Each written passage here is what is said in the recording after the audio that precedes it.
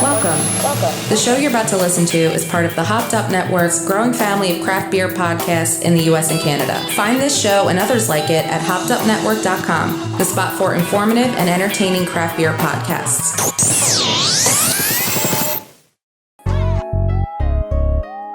Throw that shit up and represent. Shout out to my boy Will. The gang with this shit, boy, you don't want that drama.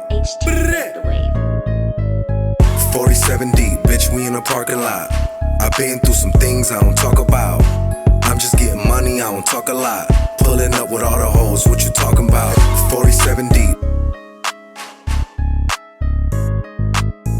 47 deep. 47.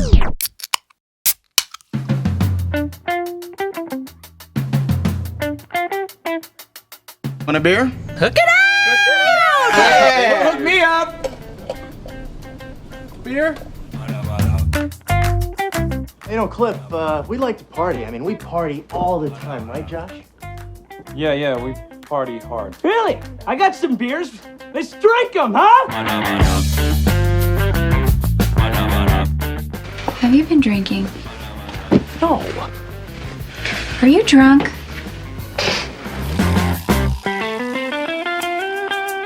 What's up, man? Oh, hey, I'm Kenny, and I was pouring vodka into a water bottle in the bathroom, and my RA walked in. Ooh, busted! Hi there. Hey, I'm Courtney. Classic college story, you know. I drank 40 beers and got naked and grabbed a chainsaw, went behind North Quad and cut down like 35 pine trees. You know, when we were at Oktoberfest, we noticed that the Germans were excellent drinkers. Well, from the time that they are little kids, Germans are raised to be excellent beer drinkers. They also practice by drinking the urine of a ram. If you can drink ram's piss, fuck, you can drink almost anything. She said, fuck. Damn, who's drinking piss, honey? No, I was saying it was a tradition back in the old country. Damn, that's nasty. The whole country must have been fucked up. All right, now you're overstimulated. Let's get some beer in you, and then it's right to bed. Woohoo! Beer, bed. You wanna drink? Drink to your leg? I'll drink to your leg. Okay, so we drink our legs. If you really want some film at 11, why don't you follow me down to the brewery? I'll tie a bowling ball to my ankle, dive in the vat of beer. I'll leave this world the same way I entered my marriage, dead drunk! What do you guys give me if I kill that bird? Barbara, that's a bald eagle. Get away, baldy! Yeah! Hey, good evening. This is the Word Mike and Pete, GubsRadio.com. We are live here at the biggest and the baddest comedy store in all of the land. You guys can adjust your headphones as necessary. I already have done that. They pulled down the music slowly. Should I just talk about every move I make? Yeah, I should. So this is a brand new setup now. When I know you're not on yet. Where I have the whole command center here, and I'm just getting used to all the fun stuff I can touch now, instead of running back and forth like I used to do. I know, it's crazy. All right, so this is where Mike and Pete, GubsRadio.com. Let's throw the phone numbers out there right away. 516-465-3990, 516-513-0515. We do have a scheduled guest later in the night, but by that time, no one else calls but them. Rebel Kettle should be calling into the show a little later from Arkansas, who sent us a bunch of beer, and we're going to hang out and drink some of their beer while they talk to us about everything that they're doing. In the studio with us tonight, of course, we have Paul from Ghost coming in and saying hi. What's up, buddy? How's it going? It's going, man. And then, of course, we have Zach, the regional manager to the regional manager. We'll just say director of sales. Director of sales. I know I was going to say it on purpose like that. Zach from Great South Bay is here. What's up, buddy? What's going on? Not much. Thanks for having me. Yeah, no, thanks for coming in, man. All right, so let's get through some quick sponsors, and then we're off and running. So tonight we are sponsored by MyBomberJackets.com, and the promo code type in Wort, W-O-R-T, and you will save some amount of money. I don't even know. Go on to this is great for sponsorship, right? ShirtsOnTap.com, same thing. In the promo code type in Wort, or Wort, however you want to pronounce it, and then, of course, you will get a percentage off your order. Where else we talk about? We talk about tap handles. We got remind me, tap handles. Tap handles. Paul sent us a nice little video message about the locally made Hartwell Wood Shop tap handle. And then we have the commercially made tap handle for Great South Bay tonight because I ran out of mahogany, rich mahogany. Rich mahogany. Yes. But he'll get that one to take I don't back think to the brewery. it would fit. The rich mahogany one would fit. I know. That's the other thing I got to think about. His almost didn't fit. It was kind of like right up against the back wall. Said. Some people, yeah. That's who else are we? Fancy bar, so We're also sponsored by Tavour. Go on to Tavour, the app that gets you beer delivered direct to your door. And in the promo code, type in Wort, W-O-R-T, and have a bunch of beer sent right to you. New beer is added there every day, so instead of trying to trade with people online like we did last week, which was crazy, because I did all the work and it was crazy, no offense, Pete. Pete helped, chipped in for shipping. Yes, I know you don't care. He got beer delivered to his door on Saturday right before the beer fest, and that's some of the beer from our buddy Watondo and the beer narrator and the brunette out in L.A., so we got a bunch of beer from all over the country sent to us. But if you don't want to do that and go through that hassle and actually have social contacts with people, go to Tavour. And in the promo code, again, type in Wort, and you're going to get a nice little percentage off. And those are our sponsors for tonight. And so with that, we welcome in our guests right here to the studio at the biggest and the baddest comedy club in all of the land. This is Govs Radio. We are, by the way, boys, in Facebook jail. For people that don't know, Facebook puts on pretty heavy restrictions for copyright stuff and for other things, stupid things, like if someone says they don't like us, they just randomly report us. And then we're basically banned from doing any news feeds for anybody. So anyone that does follow us doesn't even know that we're live right now. So this whole week we fell into it, but we very rarely use Facebook anyway. I heard Mark Zuckerberg is a robot powered by an algorithm. More than likely. I've seen him walk and breathe, so I'm not sure if that's... Does he breathe? Have you? Maybe. Have you actually seen him breathe? I haven't put the test strips on. Really just a Terminator? Yes. So with that, I'm sorry for anyone who is on Facebook looking for us, but we're not there tonight. We are on YouTube, though, who definitely doesn't give two flying Fs. And we're on our website, govsradio.com. So if you guys wanted to throw it out there to anybody, I just forgot to tell you that at the beginning of the show. I have my news feed up telling me that we're on, so we're good. And with that said, how are you guys doing?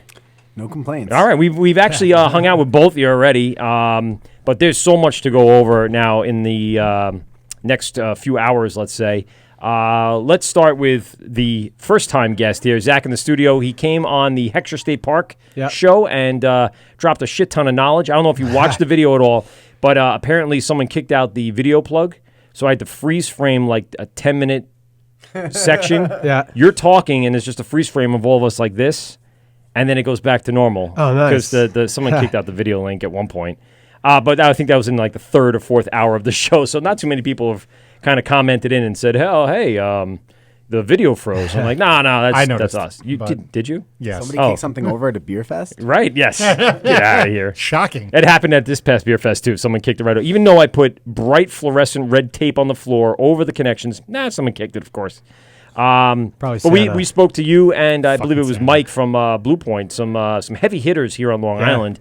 So let's go back in time, Zach, as far as you can remember, and even before you were probably with them when they were a small-time shop. Give us a little brief history of Great South Bay Brewery and where they started, and bring us up to this current point and your involvement. We'll let you go there for a little bit. Yeah, so I've been with the brewery for 2 years now. Not exactly the longest time with them. We've been around for this is actually our 10-year anniversary. We kind of aren't celebrating it as a 10-year anniversary. Apparently not. I thought you guys were around a lot longer than that. No, I thought so too. I guess just to speak about that, we've been established for 10 years. Okay. But only brewing beer for 9, really. Huh. Okay. So we started on Union Saxon and Bayshore. Great little spot. Yeah. A motorcycle shop. Yep. Love that place. Yeah, great little spot. And from there, it was Rick Sabaka's the original founder. Him and Greg Maish, our head brewer. I think it was basically just the two of them. Mm-hmm. And then from there, they added a couple more brewers.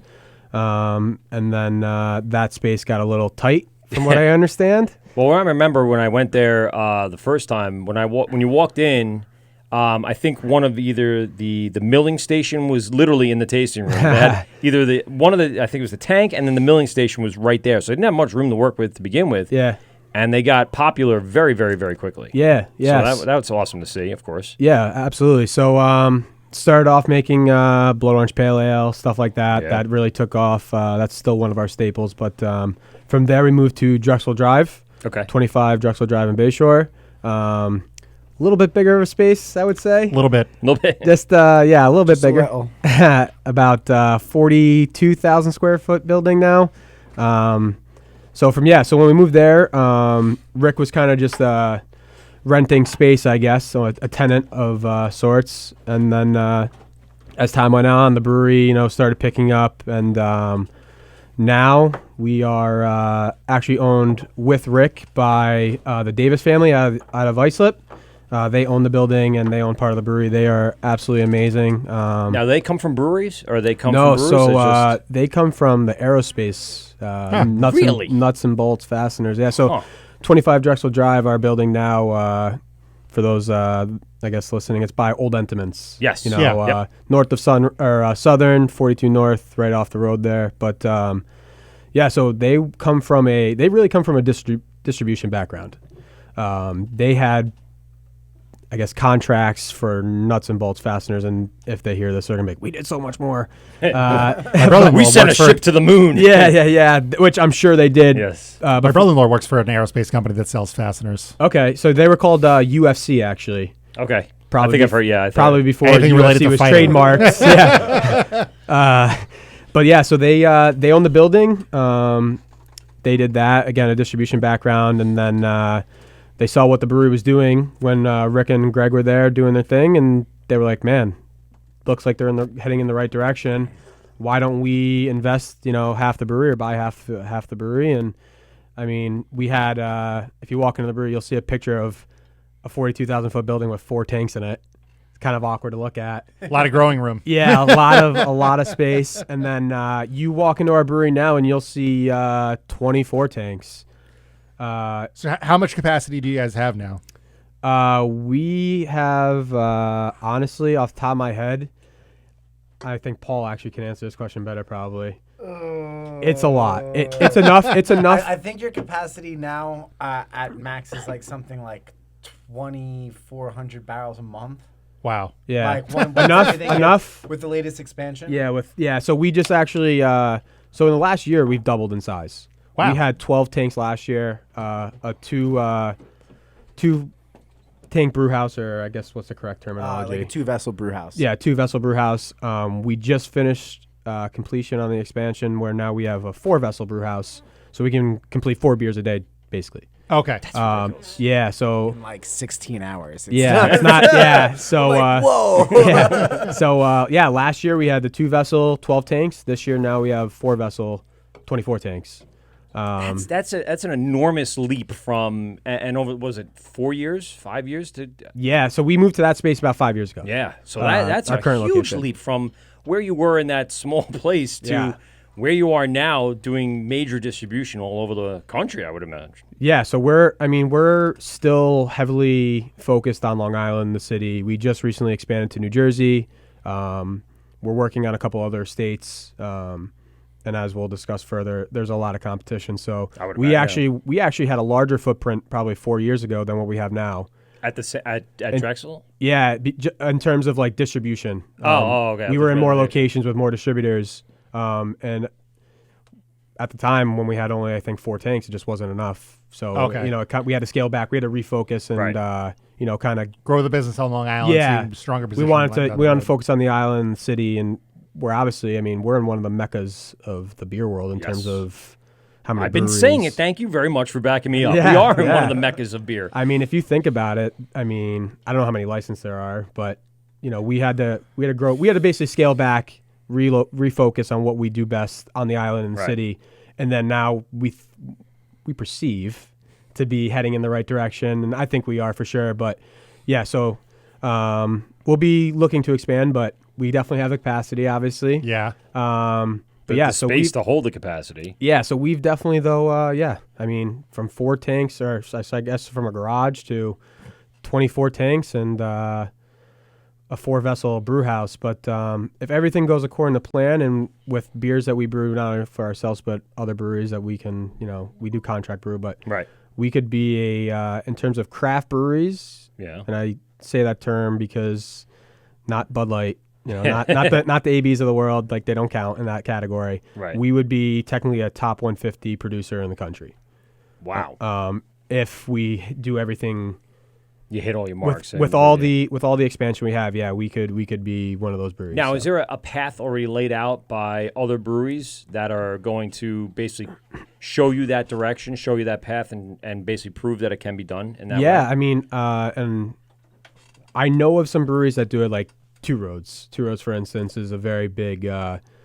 They have a lot of contract beers. They obviously also have a very large footprint in terms of distribution, and they just opened a whole second area too. Yeah, brewery, area 2. So that's so you know they're heading in the right direction. Yeah, there's another one, and I think it's Worcester, Mass, or Worcester.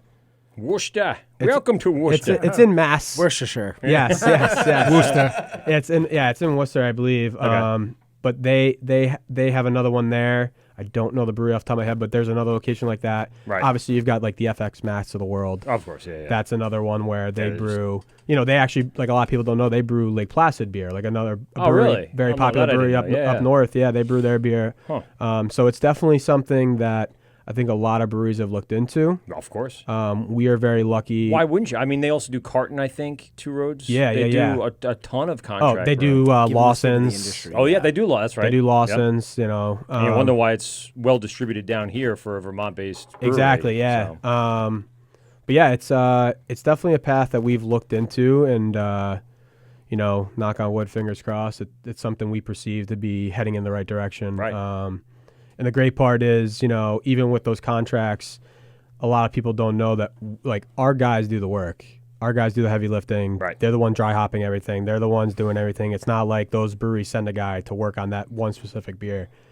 You get that occasionally, but that it's our employees that do the. I would assume those are the newbies that are like, I'm kind of like held on to this recipe. I want to make sure everything's done right. But it really is actually and you know, they do come, and I'm not going to say that they don't do anything, but. Right. A lot of recognition needs to go to GSB, and especially our brewers. You know, they don't get recognized sometimes as the craftiest people, but it is. You know, it's we're working towards that, right? And we're growing the brand in terms of that. But they brew amazing beers that are some of the most sought after breweries in the world, and a lot of people think that, you know, oh yeah, that was XYZ brewery that just did that. They were there. They just used the space, but no, it was Greg. It was Mike, it was Dylan, it was, you know, those guys in the back. So just working hard, making sure they hit it hard with whatever they were told to do. They execute everything perfectly. Right. We haven't had any hiccups, never had any issues. So yeah. That's great. I mean, I can imagine just as from a standpoint from you guys, not so much the breweries bringing the contract beer to you,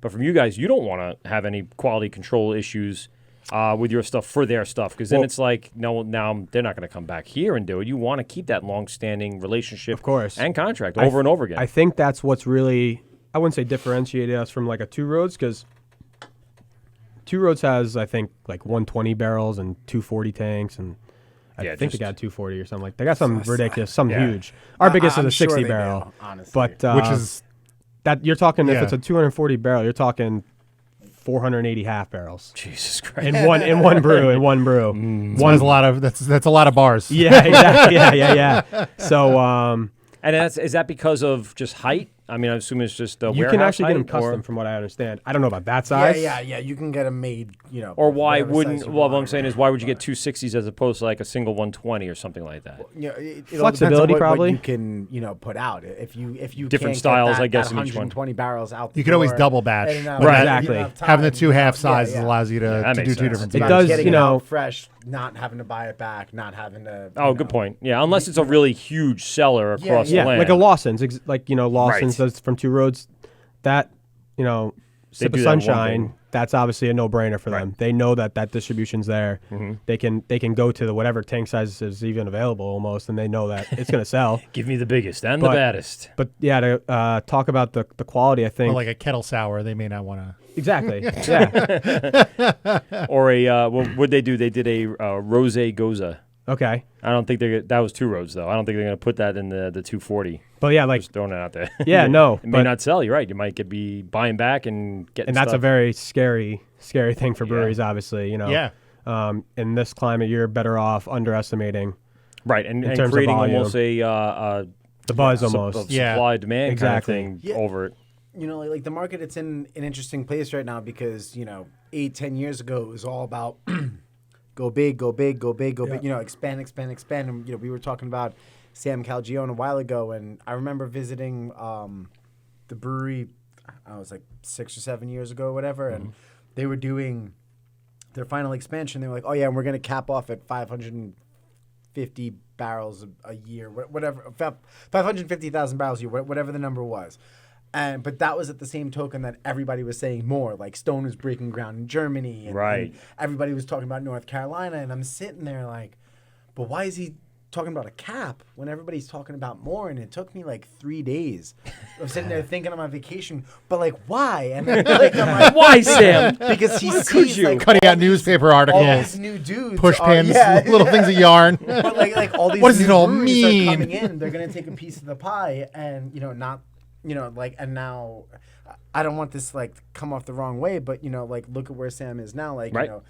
He's had to sell, and that was unfortunate. And honestly, like, do you I think it's has to sell, or maybe that was like the wrong choice of words, but like as a brewer, like being somebody that Sam literally inspired to start brewing.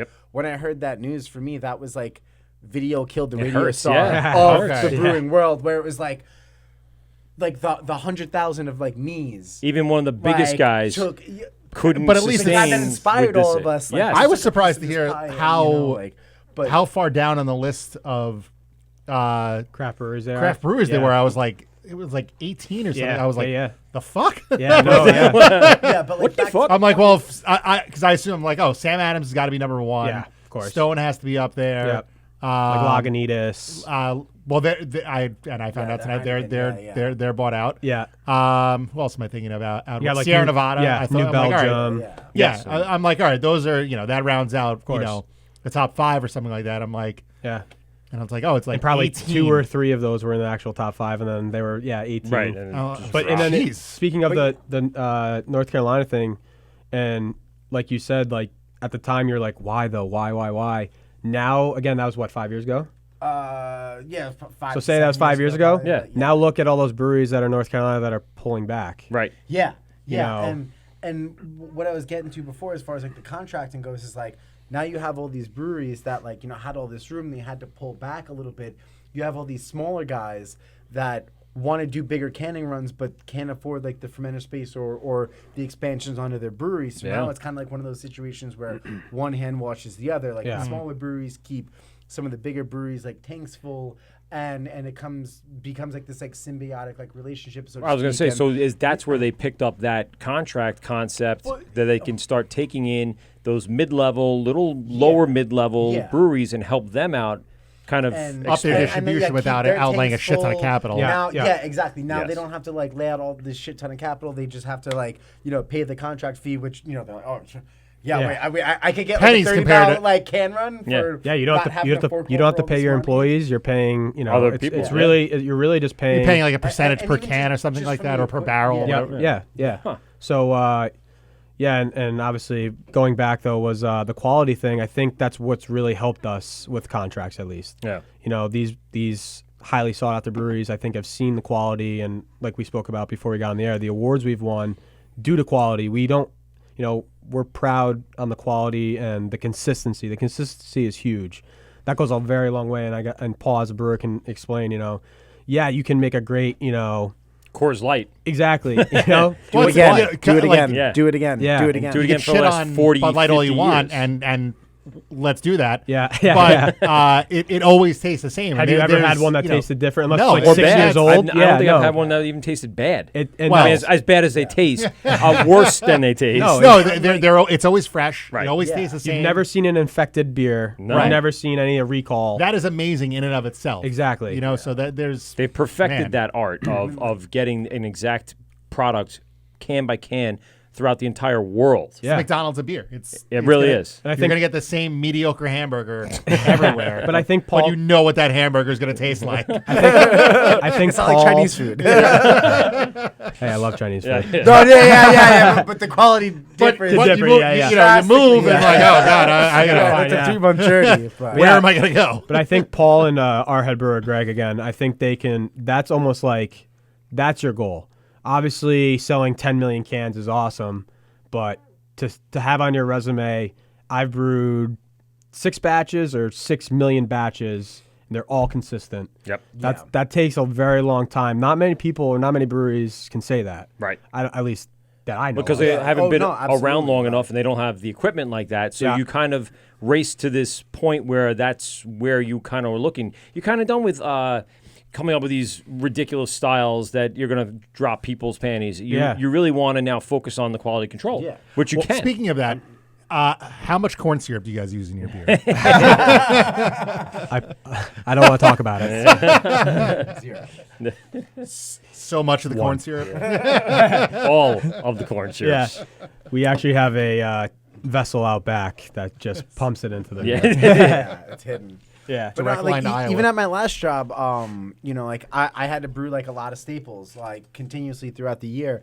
And at that point in time, like, you know, a lot of breweries really they didn't have a set of staples or, you know, this, that, that, or the other thing. And even talking over with, you know, a lot of my brewer friends, like, oh yeah, like this is like my 100th time I brewed this beer. And it's like, wait, like you brewed the same beer 100 times? And that was kind of one of those things that I didn't realize, like, oh wow, like this is like a whole weapon, like in my arsenal that I have that, like I could do that. And at Ghost now, like I'm kind of coming up to, I've rebrewed like 3 beers now from like the first batch. And we have some. You want to while you're on that subject, since I don't want them to get too warm in this getting that this like area. First I also handed out some cups for you guys too. Are we gonna get this consistent? Like, it's, you know. Yeah, well, I mean, that's one of the things that I think you guys, after you've kind of got past that initial stage of, oh, cool, this is a good beer, that's a good beer. The next stage in the evolution would be, now I want to do that, like you said, 10 more times, do it the same way, and that will really establish that beer as a flagship or whatever you want to call it. Yeah. Go. There you go. And what's crazy too is, you know, that's good. Yeah. You know, and not to Thanks, sir. boast about Great South Bay or Ghost, obviously, because for those that don't know, Ghost is our neighbor. Yes, he's in the same same roof, same roof, different pad. You'll probably notice that I talked to Paul just as much. I talked to our head brewer. We bounce a lot of ideas off, but yeah, I mean, I've noticed even with Paul before he even started, like if he brews a new style, and it doesn't meet expectations, there's no, oh, we got to put it in the market. Right. There's a level of expectations that is expected from Paul and Greg and Great South Bay and Ghost that, you know, if we do try to brew a kettle sour or whatever it may have been, if it comes out and there is something wrong, we're not going to risk our reputation on something like that. That makes sense. Better to throw out a few $1,000s in ingredients. Exactly. Keep that reputation. Keep those customers that, and especially if it's like you said, a brand like Blonde Ambition or Blood Orange that's been around for years. You can't fuck that up. You can't. Yeah, that's not a risk because repeat sales are extremely hard to get. Yeah. Well, I'll say this, and I have 2 things just brought to light. Number one, talking about Blood Orange. So when they were brewing that at the motorcycle shop, I fell in love with it. It's another one of those pale ales that I was just in love with. Yeah. Like a Magic Hat number 9 was one of my first craft beers. Yeah, there you go. So it kind of reminded me of that moment. When you guys came to the new facility and it was gone for so long off the shelves and the new ones came out, it wasn't quite the same. Yeah. And I'm thinking there's 2 reasons. Number one, probably larger capacity, bigger tanks, probably just off a little bit. And I don't have a great palate, but I thought for me, something I really loved was something that I was looking for again. Not that I didn't like it. By any means did I not say I'm never having it again. And it was a repeat buy for me just to see if it ever caught up. But in the end, it wasn't something that stayed with me forever, because of that next level thing. So I think that's going to be hard for anybody that's small to then move up to that next level to accomplish that same small behind the doors right here feel that they have. Yeah. The other thing I want to ask is, because of that, is it hard then for small breweries to get an honest opinion? Because if you're a small brewery, you're just opening and you're serving beer and it's really, in the opinions of a lot of people, not great. How do you service the real disclaimers or the real remarks without hurting somebody's feelings or feeling like you're going to get hurt from it? Are you really truly looking for honest feedback? Because we're about to taste your beer and I'm just prefacing that. No, I mean, we had some stuff before. I think like when I do, like I saw you guys at the Great Beer Expo this past weekend. Those kind of events or samplings, like Great South Bay is at the point where we could hire somebody just to go out and sample our beer. Right. I could hire Johnny down the block. That'd be me. I'll sample your beer.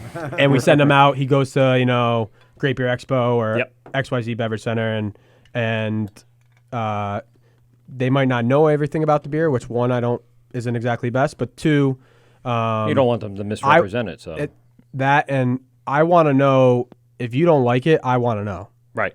I want to hear the good, the bad, the ugly, the excellent.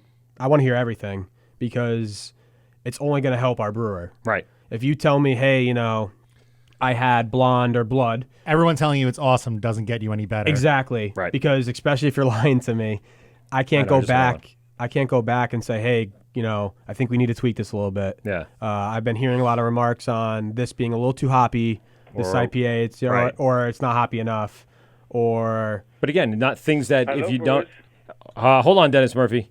So yeah, I think the honest remarks definitely will, like you said, help you improve. Absolutely. It's awesome. It's awesome. Isn't going to get you anywhere. Yeah. Let me take this really quick. This is the word Mike at PeteGovsRadio.com. Dennis Murphy, you're on the phone. What's up, buddy? Hey, what's up, guys? How you doing? First of all, I want to congratulate you Dennis. on your wedding here in the studio on Saturday morning.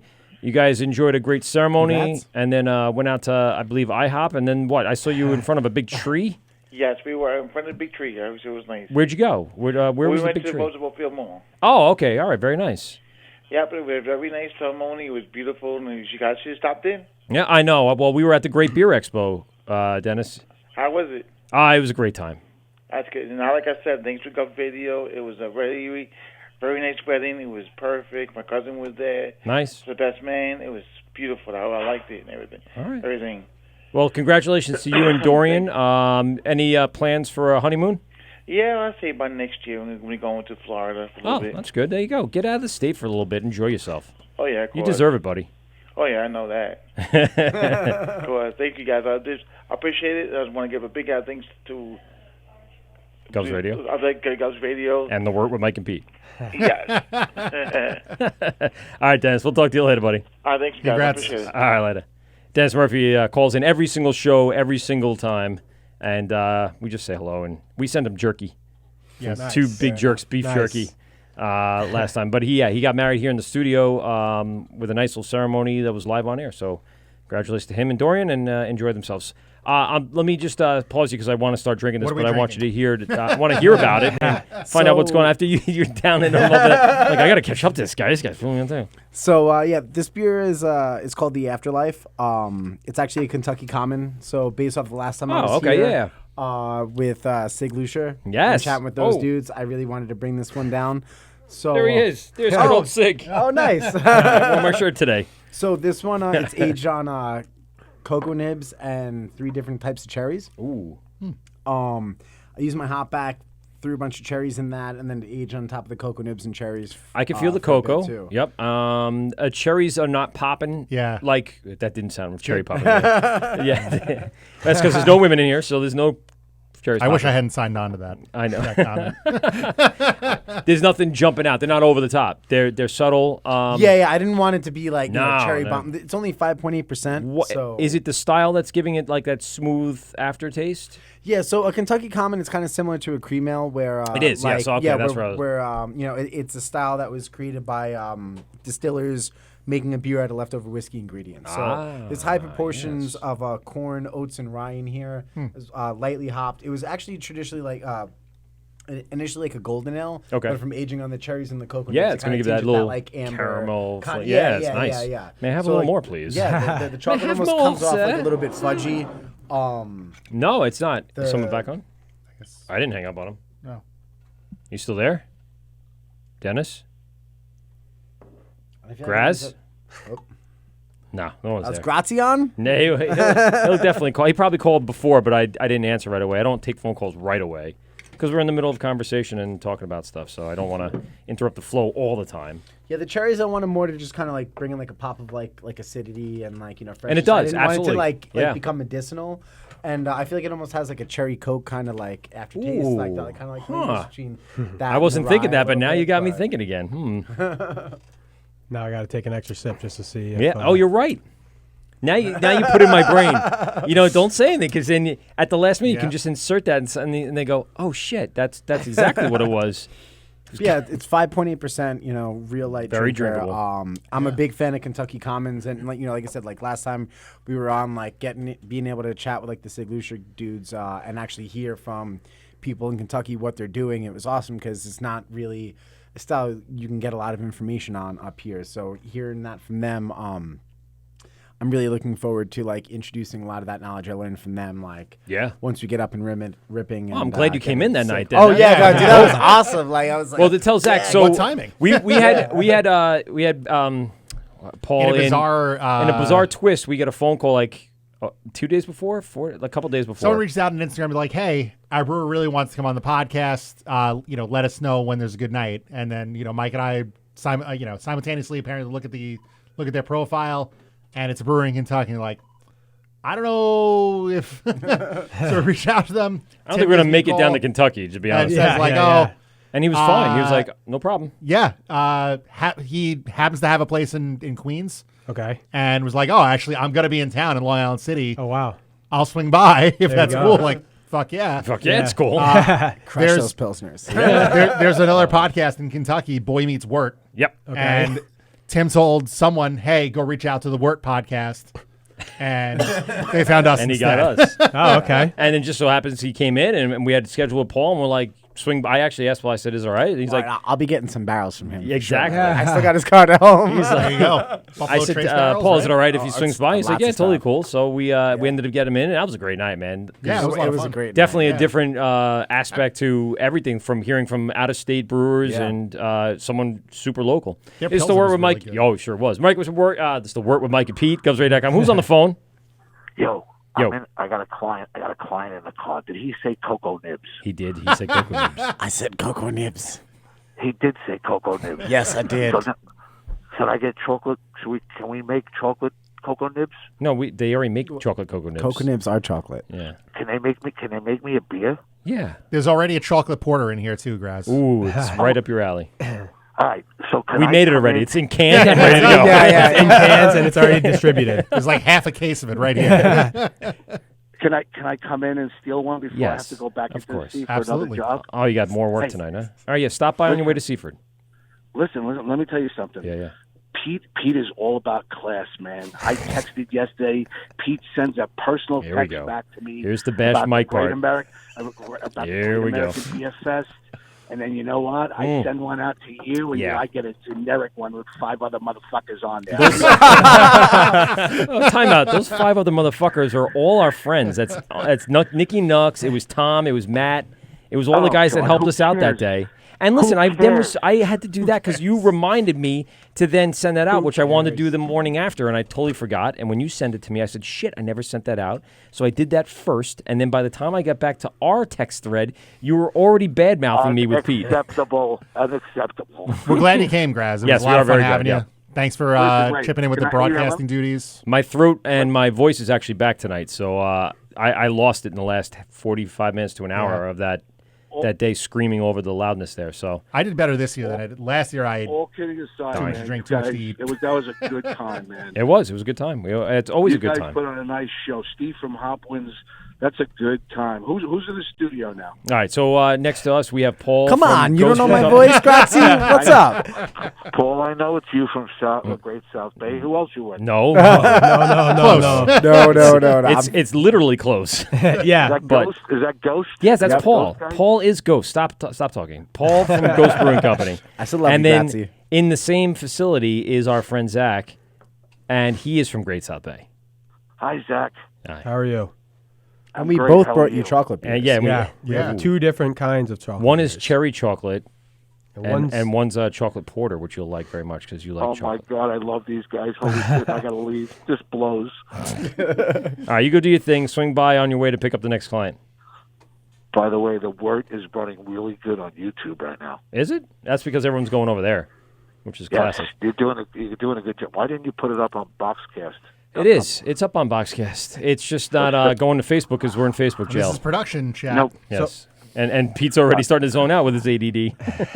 All right, here we No, go. he's checking See the you Facebook. later. Bye, All bye, right, Pete. bye now. See ya. So is it Bring Cocoa Facebook Nibs. jail or penalty box? I think it's a little bit of both because we God, I still hope are it's able to fucking log jail. in, operate. We can still technically post things. Okay. We just can't Go streaming share kind of things thing? on the. No, we're streaming right now. Okay. I actually took us off the Facebook. There's no reason to even bother with it. Yeah. But we don't appear on anybody's newsfeed. Oh. So it's like we don't exist unless Yeah. you're seeking us out Exactly. directly. I gotcha. So that's the way it works. And without going too far into it, it's all because we have to have like a business page, but we're using a fake name, and now we're going to get in trouble for that. And the fake name allows us for all the shows to know it. That's why we did it. It's a generic thing. They don't have like a business plan like that for things like this, where there's Gotcha. many different users who all want to do the posts and the streams to the same place.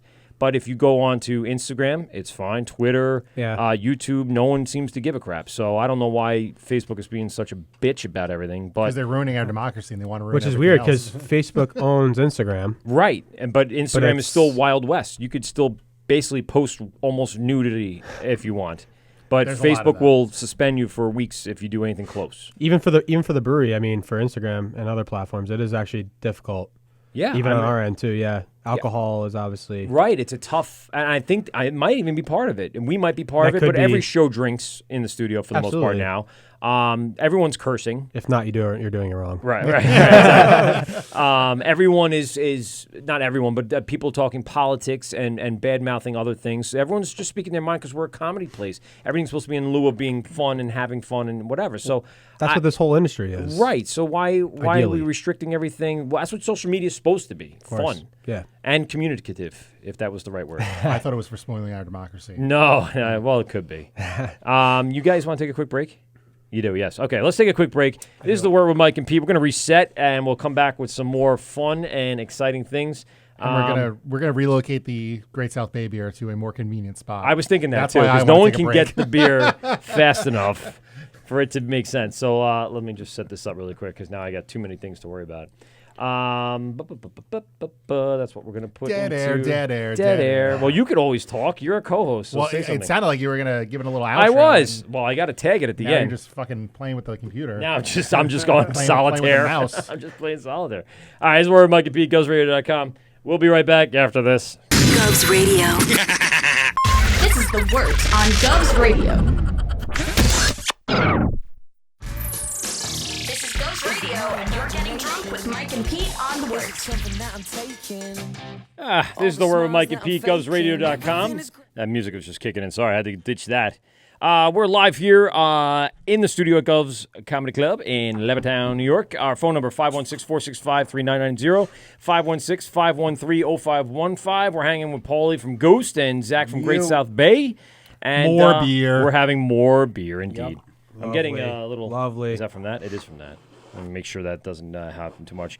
That's If you cool. want to It give us a tastes call like and join in, again, we are live right now on the Govs Radio YouTube page. We are live, I believe, on the Wort Facebook page, now that I checked it. And we're definitely live on our website, that is govsradio.com. Go to govsradio.com and click on the link that says Watch Now, or even if you're in the car and you don't want to watch, you can definitely just call in or listen. It is an audio feed and a video feed separate, so you can do either of the or. Like it's a live radio station on your car dial. On your dial in the car. Paul's dilling out some more of this brew that he has, this unlabeled brew that's in his growlers. So we had the, what was the first one called? So that one was called Afterlife. It was right, correct. Kentucky Common aged on cocoa nibs and 3 different kinds of cherries. Don't say cocoa nibs, because then What kind of Grass's ears start ringing. What he say? What kind of cherries? Wait, now? he said he was, wanted chocolate, right? Yeah. It was sweet cherries, tart cherries, and black cherries. Okay. Okay. So The black cherries add a little bit of bitterness and darkness, obviously. yeah, That's what you're talking about and with like color. the cocoa nibs like really tinged it kind of like almost into this like amber kind of like realm. Yeah, it makes sense. So what we're drinking Tobacco. now is tobacco, like tobacco burst almost. yeah. Like is a That good kind way to of, like yeah. And so describe what that do we? color. So, this is called the Veil of Shadows. It's a rye saison with sweet orange peel, and it was dry hopped with coffee beans. You're right. This is 7.5%. Hello. I used Hello, all darling. the sweet orange peel in my hop back. It was fermented with Saison yeast, about 30% rye malt in the bill. Okay. It fermented real hot, like 76, so you get all that like dirt from the Saison yeast, and then it was dry hopped with Indian Monsoon coffee beans, which big shout out to Roast Coffee House out in Patchogue. They taught me a lot about coffee growing up. And you were right there over at Brick House. You used yeah. their stuff before, I would assume, right? Yeah. We did a lot of work together over there. I'm looking forward to working with them again. They were really like the coffee shop that turned me into a coffee snob, and they really turned me on to this like Indian Monsoon coffee bean in general.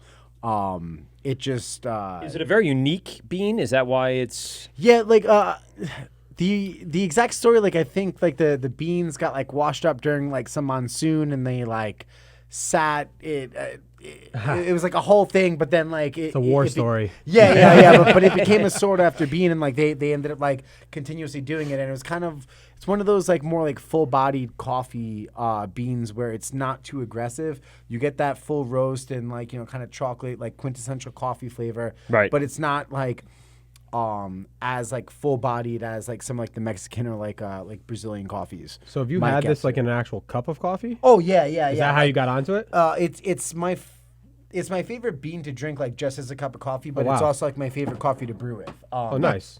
Yeah, like is it readily available? I'm not a coffee drinker. So. No, neither am I. I actually like espresso. I'm curious for my wife. My wife's a coffee drinker, so I'm like, fiance's a coffee really drinker. Dark roast, harsh. Yeah. I do like that. In general, I'm more that like full-bodied like coffee like kind of person too. Like I like a Brazil or like a Mexican bean in general. I like Brazilians and Mexicans too. In general, like I'm not. I'm not no discrimination. I'm not like I'm not an African coffee guy in general. Like a lot of like that stuff, it ends up just kind of getting a bit fruity. And I see Pete's coffee, gears are turning for a second. Sorry, but he's turning red too because he had it. One of the beers that I had many years ago that kind of inspired this concept. It was actually from Newburgh. It was like upstate Newburgh. Yes. Yeah. I think that's the only brewery up there. Yeah, they that did I a know golden sour with Ethiopian coffee, and a lot of like the African coffees. Oh, the Newburgh Brewing Company. Yeah. Oh, okay, all right, got it. So I thought you meant I didn't hear the first part, but I heard Newburgh, and I'm like, yeah, I know the town pretty well. Yeah, because like traditionally, like brewing with coffee, you want something that's just going to be like coffee, like that roasty, that chocolatey, that quintessential coffee flavor. But reading it, I was like, wait, a golden sour with Ethiopian coffee, like that makes sense. It was like kind of more fruity, like earthy bounces notes. it off and that. Drinking it, I was like blown away. It was I had it actually 3 times at Hoptron. Rest in peace. Love you guys. Miss you guys. Wait, I got quick. Pretty sure Paul knows more about coffee than I know. Yes. I am so lost over there. Because I know you might know more than we do about Hoptron. Give us. I know there was a couple that was ownership, right? Yeah, Amanda and Sue. Yeah, and what made them give it up or sell it? Ghost. And what is going to go there? What are they going to do? It's a country bar. Like what's going there? I don't really want to talk about. It's really just like a shame. Yeah, it's like a. Well, for Great South Bay, it's called, I think, Daisy Dukes. Bingo, marketing, selling points. But to tell you the truth, I'm not really sure why. I speaking from somebody that used to work on Main Street in Patchogue for an extremely long time. I don't know, like that town is that town. Yes, correct. There's a lot of glorious articles about that town, and there's a lot of great things about that town. I live in that town, so I'm not trying to come across like I'm butthurt or like I'm talking smack. But there's a lot of smoke and mirrors about that town. Well, you can state that it's changed in the last year. Oh yeah. Like it. I'm not going to say why, but it's changed in the last year. It's changed in the last year. Well, now I got to take. I think we have to. Yeah, I think we have to take another break. But I feel like there's an Instagram thread that I saw. That may. Well, I mean, dive bar. That no, not that. It's just. It's. I live. I used to live in Patchogue. I just moved not that far away, but I go out in Patchogue all the time. I guess vibe or the crowd. Yep. Is the millennials? It's not even that. It's just there's. I think they went from 0 to 60, and again, I'm new to this area. I only moved down here 2 years ago from the Albany area. Are you saying the town or the people went 0 to 60? The town. I think the town. Like from what I understand, and you can obviously speak more. There was like 3 bars there, right, at one point. Mm-hmm. Yeah, there was 3 bars. Now there's like 36 in 3 blocks. Yeah. There's no parking. This is all ring. I live in Farmingdale. This is all ring. This sounds familiar. Farmingdale's like the next up and coming. The Suffolk cops are like policing like Main Street now because like I know that was a big issue. There was like Well, I'll put it this way: if you're Farmingdale, there's no parking. I moved there 7 years ago. There's probably 8 more bars than there were when I moved in. Yeah. If let's say if Brick House was in a different town, more like I'm gonna say like Smithtown, because that's not a well walkable town.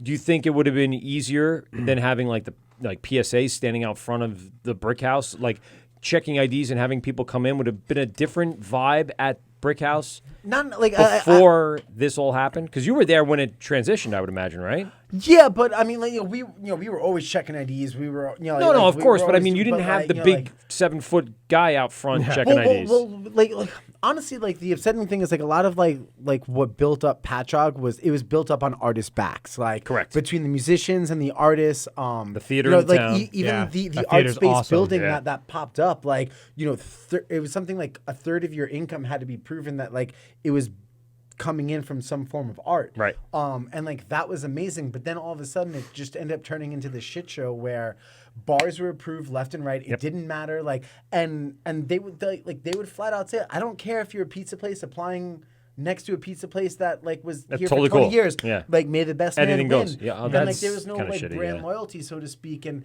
I'm not sitting here saying like to play favorites and I was always the first person to say, like, look, like, this is a tourist attraction. The more the merrier. But you got to have parking. You got to have you can't expect the people that are paying taxes out the ass to like have the apartments like, right their there front yards turn into parking lots and those people where they pay can't for even parking. have their Yeah. neighbors. You know. Yeah, and it was a lot of that where like they just allowed too many of like the same type of businesses without parking lots, and now they're like, oh yeah, well we're gonna like add in 150 like more parking spots. Where are they going? Yeah, but they're on the like in the 5th level of the apartment building. But it's going to be like what? Like a year and a half, 2 years of construction. So you're adding 150, but you're taking away 125 for how long? To do the construction. Right, I agree. And then once that level, and then it's like, oh, well, now we'll add a 3rd level on eventually once we get granting and this and that, the other thing. Like even the parking meters aren't owned by the village. Most of that is like owned by some company in like California or something. It's like the red light camera kind of shit.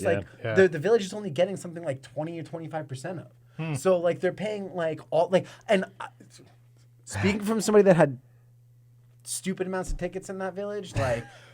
It was like one of those things where like the village safety was going out there just giving tickets left and right, making the patrons that were going into the town butthurt. It was like, well, like I could go into Sayville or Oakdale or Bellport and not deal with this Sayville's parking, fun, not actually. deal with this Sayville's great now. not deal with a 3-hour line, right. and yeah, my favorite village zoning story is Lindenhurst. Even like even before like I left, like. I don't know if you know this. You have too much parking, Mike. Yeah, they have too much parking. Too much parking. Yeah, okay. They want to do this. Paid $50,000 for a study to figure out like how they could turn themselves into the next Patchogue or Farmingdale, like how they could increase walkability, get businesses back there. So they paid this firm to figure out like, hey, where can we put more parking? What can we do to with their zoning? And here's the result: build 500 new apartments. And supply no one with parking. That's what it is. There's an overage of parking. Nope. You have 50% too many parking spots. Well, Bayshore alone, the Northwell Health just bought those buildings. I don't know if you've been to Bayshore lately. Yeah. They bought those? Northwell Health owns all those. And there's new apartments. I think there's like 3 new apartments going in. What? into Bayshore, yeah. And where are they going to put that? Where are they going to put all those people in their cars? Exactly. So in the Northwell Health, they're going to pay a monthly fee like in the city, like you're in Queens, to park your car. Yeah, it's going to be tough. I mean, Jesus Christ. Great South Bay loves Bayshore. Everyone loves Well, I mean, you guys aren't in the heart of that, which is good. No. You're kind of like on an island up there, which is good. Yeah. But I mean, a lot of these towns, they're doing exactly that. They're thinking too much like they want to be like Patchogue, Farmingdale, Bayshore. Yeah. And they see that let me finish that before you anymore. They want they want that money. But even though they're getting some money, it's not all the money. They got to figure out a way to keep it all local. Like you said, the meters are going to California. I'm bad. The meters are going to California. Why the fuck are we doing that? What's the deal? Keep it all local. You can put your own fucking parking meters in. And that's the thing. It's like, so like I got to go to work and like pay to park, but it's not even going to the town. Like and there's no room for any of those old restaurants or bars to have their own parking spot because they're all owned by some company that's not there. That's ridiculous. I don't want that for my town. I'll tell you that right now. And you know, there's like all these like public safety officers, but basically they're just like writing parking tickets. Like, Oh yeah, No. like when I go out in Patchogue to do sales. Yeah. You know, I bounce from bar to bar to bar. You know, I make my rounds and I go see the same people a couple times. You know, whatever. How's everything going? Checking up on things. Yeah, yeah. Sales are going well. Yeah. and- Do you need this? You know, we have this new beer. Blah blah blah. But there's times where I will skip. Like I'll start out on like the west end and I'll be like, you know what? I'm gonna just I know he's there now. I'm gonna skip to like the east end. So I'll just drive down. I'll park on the street. And I've gone into a bar where I thought the guy was going to be there. I was maybe out of my car for like 30 seconds. Knocking on the window already? The lady, I literally walked out, said, hey, is this guy here or this lady here? Walked back and went to get in the car. And the lady was like, oh, I just was starting to write you a ticket. And I was like, oh. Well, why? But I'm in my car. It started. I'm leaving. Yeah. Well, I already started writing the ticket. All right. I said, well, not for nothing, but I was gone for maybe 30 seconds. Yeah. Mind you, I didn't put a quarter in, but I expected shouldn't be like that though. I mean, It that's was- not yeah, the way so- it used to be. Yeah, We're not and- the way we used so to. even for sales though, it makes it a lot more That's difficult. very difficult. And I don't want to sound like somebody butthurt like leaving a town, but like like I love barbecue, I love the Curiosity Shop, I love Record Stop. Like there's a lot of great things going on in Patchogue. Like there's I remember like it was just the venue and the skate park in the back. Now the Yeah. skate park's There's a fucking skate gone. park? There used to be. Wow. I used to skate there all the time in high school. 1998, all the time. That's awesome. Yeah. It's just like there's a lot of smoke and mirrors, and there's a lot of places like trying to be like Patchogue right now, and it's like Don't get need to your be parking that. in place. Like, Right. Yeah. Like look through everything. It's not like 36 bars in 3 blocks without parking.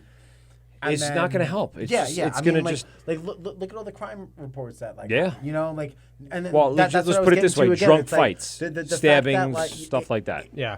The most reassuring thing to see that was like going on in Patchogue in the last year was seeing that like the police are going to be like going back up and down like Main Street again. Yeah, which not was independently nice. hired and- public security. Yeah, which is what it was. Yeah, like the when I saw the PS, public safety. Yeah, when I see public safety and its And all own their vehicle cars. patrolling the streets, I'm like, all 6 of their vehicles. right. I'm looking at the streets going, this is not police. Like, how can you be patrolling the streets? What are you doing? I don't know. It bothers me to see that because it's not. Where are the police? And how long is it going to take there for something real to go down? These are big guys at PSA. I get it, but they're not trained police officers. Shit's going to go down. You got to be ready for it. I was working at the Meatball Place in Farmingdale for 2 years. Shit went down. People got stabbed. PSA guys got stabbed.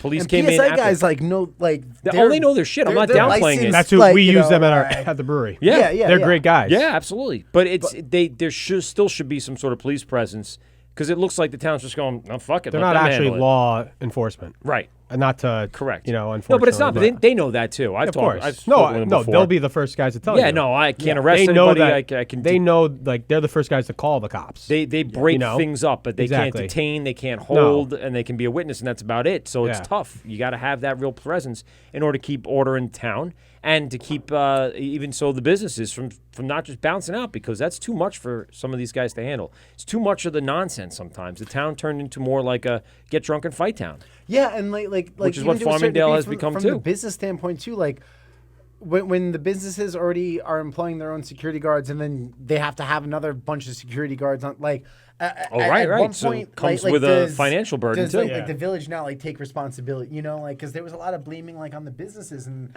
A lot of the businesses, like, they'd have all the security, like, more than they, like, were required to have. Like, everybody was tip certified, this, that, the other thing. But when, people are pre-gaming in the parking lot.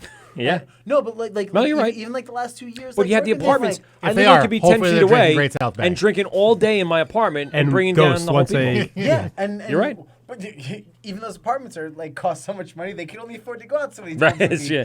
They're They're not even going out that But much. that was the thing. It was like as the town built up, you actually started to notice just like it wasn't necessarily like more and more money like being spent in businesses, which like I'm sure it was, but like in the parking lots, you would see on Friday morning, Saturday morning, Sunday morning, Monday morning, just empty boxes Yep. of 12 packs, 18 packs, 36 packs in the parking lot where people are. Great South Bay doesn't make a pre-gaming 36 and then pack. stumbling. Wait a second. Well, if I buy a few sixes, Yeah, and I go, 6 sixes, I like that please. Yeah, we were talking about that the other day. Yeah, we did talk about that. But I think it, the parking, everything, and I'm not saying that the craft beer drinker is a different clientele by any means. It is a different clientele. It is. But, I think all those factors, it deteriorates. People don't want to deal with that kind of stuff. No. Whether it's even, honestly, I know, like, my college buddies, they drank Miller Lite, Coors Light, Bud Light. That's, you know. And I know for a fact they wouldn't want to deal with that. But then you've got people that are going to be paying $7 a pint for a craft beer, or more. That's definitely not what they want to do. No, fuck no. They want to go have a nice time. experience. Exactly. They want to have a nice beer, relax, basically Be able to hear forget the about person everything. next to you. Yeah, and a lot of those people go out and patch out like Monday through Thursday, and then Friday through Sunday, it's. I have a really great story for you. So my wife, her birthday is on St. Patrick's Day, March 17th. This was before I worked at the Meatball Place in Farmingdale. We went out to the Meatball Place in Patchogue on March 17th. Ooh. So you can figure out what happened there. That's like going to Bayshore. Right. Right, exactly. You know what to expect. So it ends up my in-laws sold their house to one of the managers at the Meatball Place. So they became kind of friendly for some weird reason. And, they are able to get a table and get whatever we want when we want. It's kind of how I got the job, too, which, So we go out to Patchogue. We go park in the back. And we start to walk through the alleyway. And in the alleyway, there are several people just throwing up all over the place. Now, I have my 2 small kids with me, by the way. My whole family, my in-laws. I already know what alleyway it is. Yeah, you know which one it is. So, yeah. So we walked the long way around the block and coming back around the front. And, of course, the doors are open. And the security guard stops us right at the doors and goes, "You don't want to come in this way." And we're like, "No, we have a reservation. We really did." Now, they had the back portion open where they had a satellite bar set up. So shit was still going on. And there were a couple of people that had reservations for dinner that night. So they ended up kicking everybody out. They brought us into the back. But if you know the Meatball Place, the alleyway to the bar, to the bathrooms, come right by that little back area. The back entrance you're talking Correct. about. Yeah, exactly. And in that entrance, as we're sitting, I'm watching people throw up in the hallway. I'm watching a guy and a girl make out, and another guy finger bang another girl within about 5 feet from my kids. And I was like, well, we'll probably never come out here again with family. And just it's not what I want from. And the restaurant was okay. I mean, I ended up working there for a while. Not that one, but the Farmingdale one. And it's fine. Otherwise, at night, you know what to expect. So don't bring your kids then. But like 2 o'clock, 3 o'clock on I guess St. Patrick's Day is. I know. It sounds stupid, but. You should be able to. Finger-banging your girlfriend in St. Patrick's Day just go hand in hand. Yeah, like, I mean, don't know what you. She wanted some Irish in her, and she got it. So that's what it ended up being. But it was just interesting. I know. Yeah, did I bring the show down with the finger banging? I mean, it's a different angle. We could talk about beer instead of finger. Right, Isn't that a South Park album? But I want finger bang, finger bang, old finger bang. No, but the reason why we also went there is because my wife knows I like a decent beer, and they have a decent lineup there. So it was something that we picked. Both for her and for me. So that's why we choose some of the restaurants and places we go, because of the craft beer list and because of the food. And it goes hand in hand. I go to Restoration a lot because of the lineup they have there and the food that they serve. We go to restaurants just because of that. Yeah, of course. That's what people do. That's what the craft beer industry does. Friend of the show, does. FM Beauty, an American Beauty Bistro. Yeah, exactly. I mean, there's just so much that goes into that that I like to party, hell yeah, but even at a younger age, I didn't like to fucking go crazy. These kids are just going nuts for no reason. When you party, do you party hard? I party hard. But I don't party that hard. Like, I party hard for me, and I don't need to finger bang my girlfriend in the hallway. I'll just take her back to my house because I'm an adult, and I want to do it, nicely. Can we get off the finger bang topic? I'm sorry. You brought it up again, just to let you know. But that's what I'm saying. Like, these towns really need to kind of figure out a way to do that. Now, I'm in a town now, and Pete grew up in the town of Lyndhurst. And they're all looking to add apartments, add restaurants, add bars, add all this. I heard that too. 27A's in the town, Sand City's coming to the town, WA Meatworks in the town. So they have the right elements, but they can't do what they're doing. That's just saturate it, throw everything at it, and then just hope for the best. It's not going to add to value to the housing market or anything. It's just going to create clutter and nonsense, and everyone's going to get pissed off and get out of there. Like Ronkonkoma with the expansion of the railroad. Oh, right.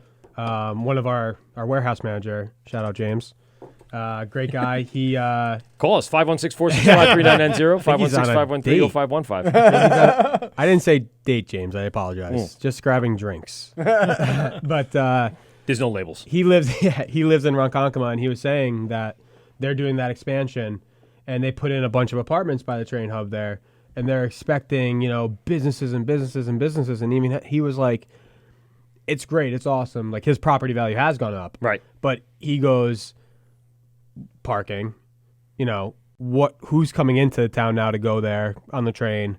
How many businesses are really going to go? Because if they go from 0 to 100 overnight, it ain't going to work.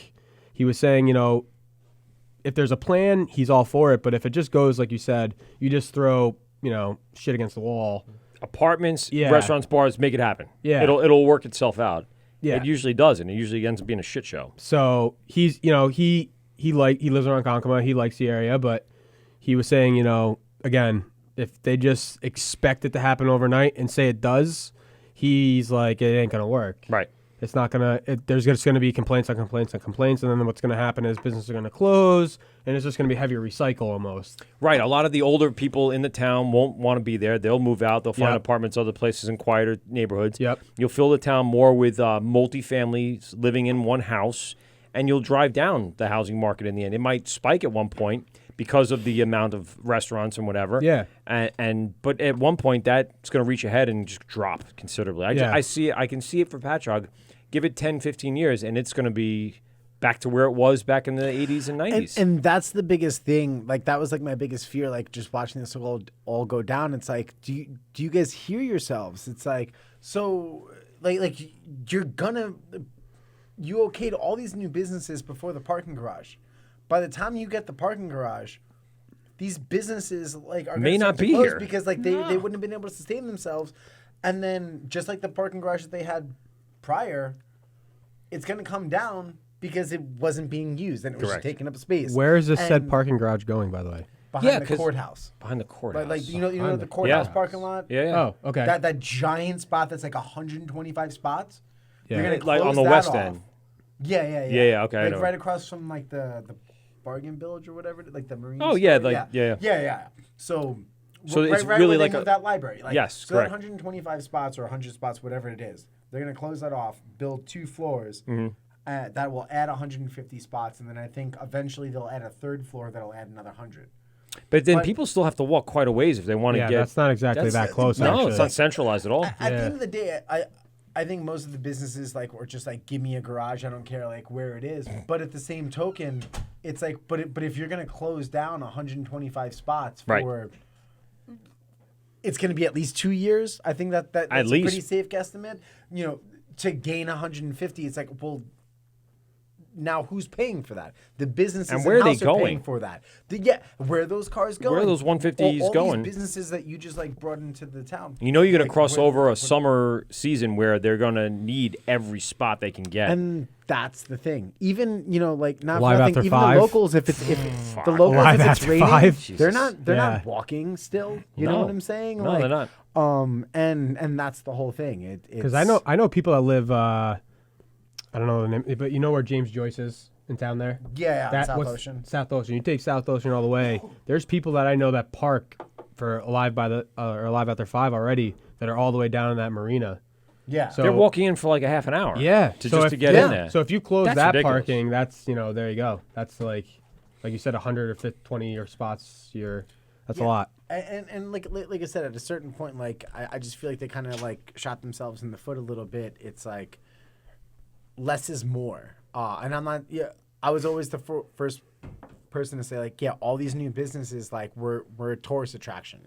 We have the train station. We have this, that, the other thing. But come see our beautiful train station here in lovely Patchogue. No, like as far as like no, I know what you're saying though, and whatnot. Take the train to the game. But at the same token, though, it's like you still need parking. Like we're literally driving people to Sayville. Like, well, they're going there because I go there now because they it's have less. They have those little buses.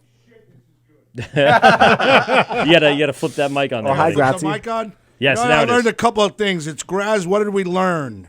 I learned that my application for the strip club, 2 of them in Patchogue, is going to go through. It's going to go right through. They're not even going to care. Right I found out that Great South Bay loves 36 packs. Yes.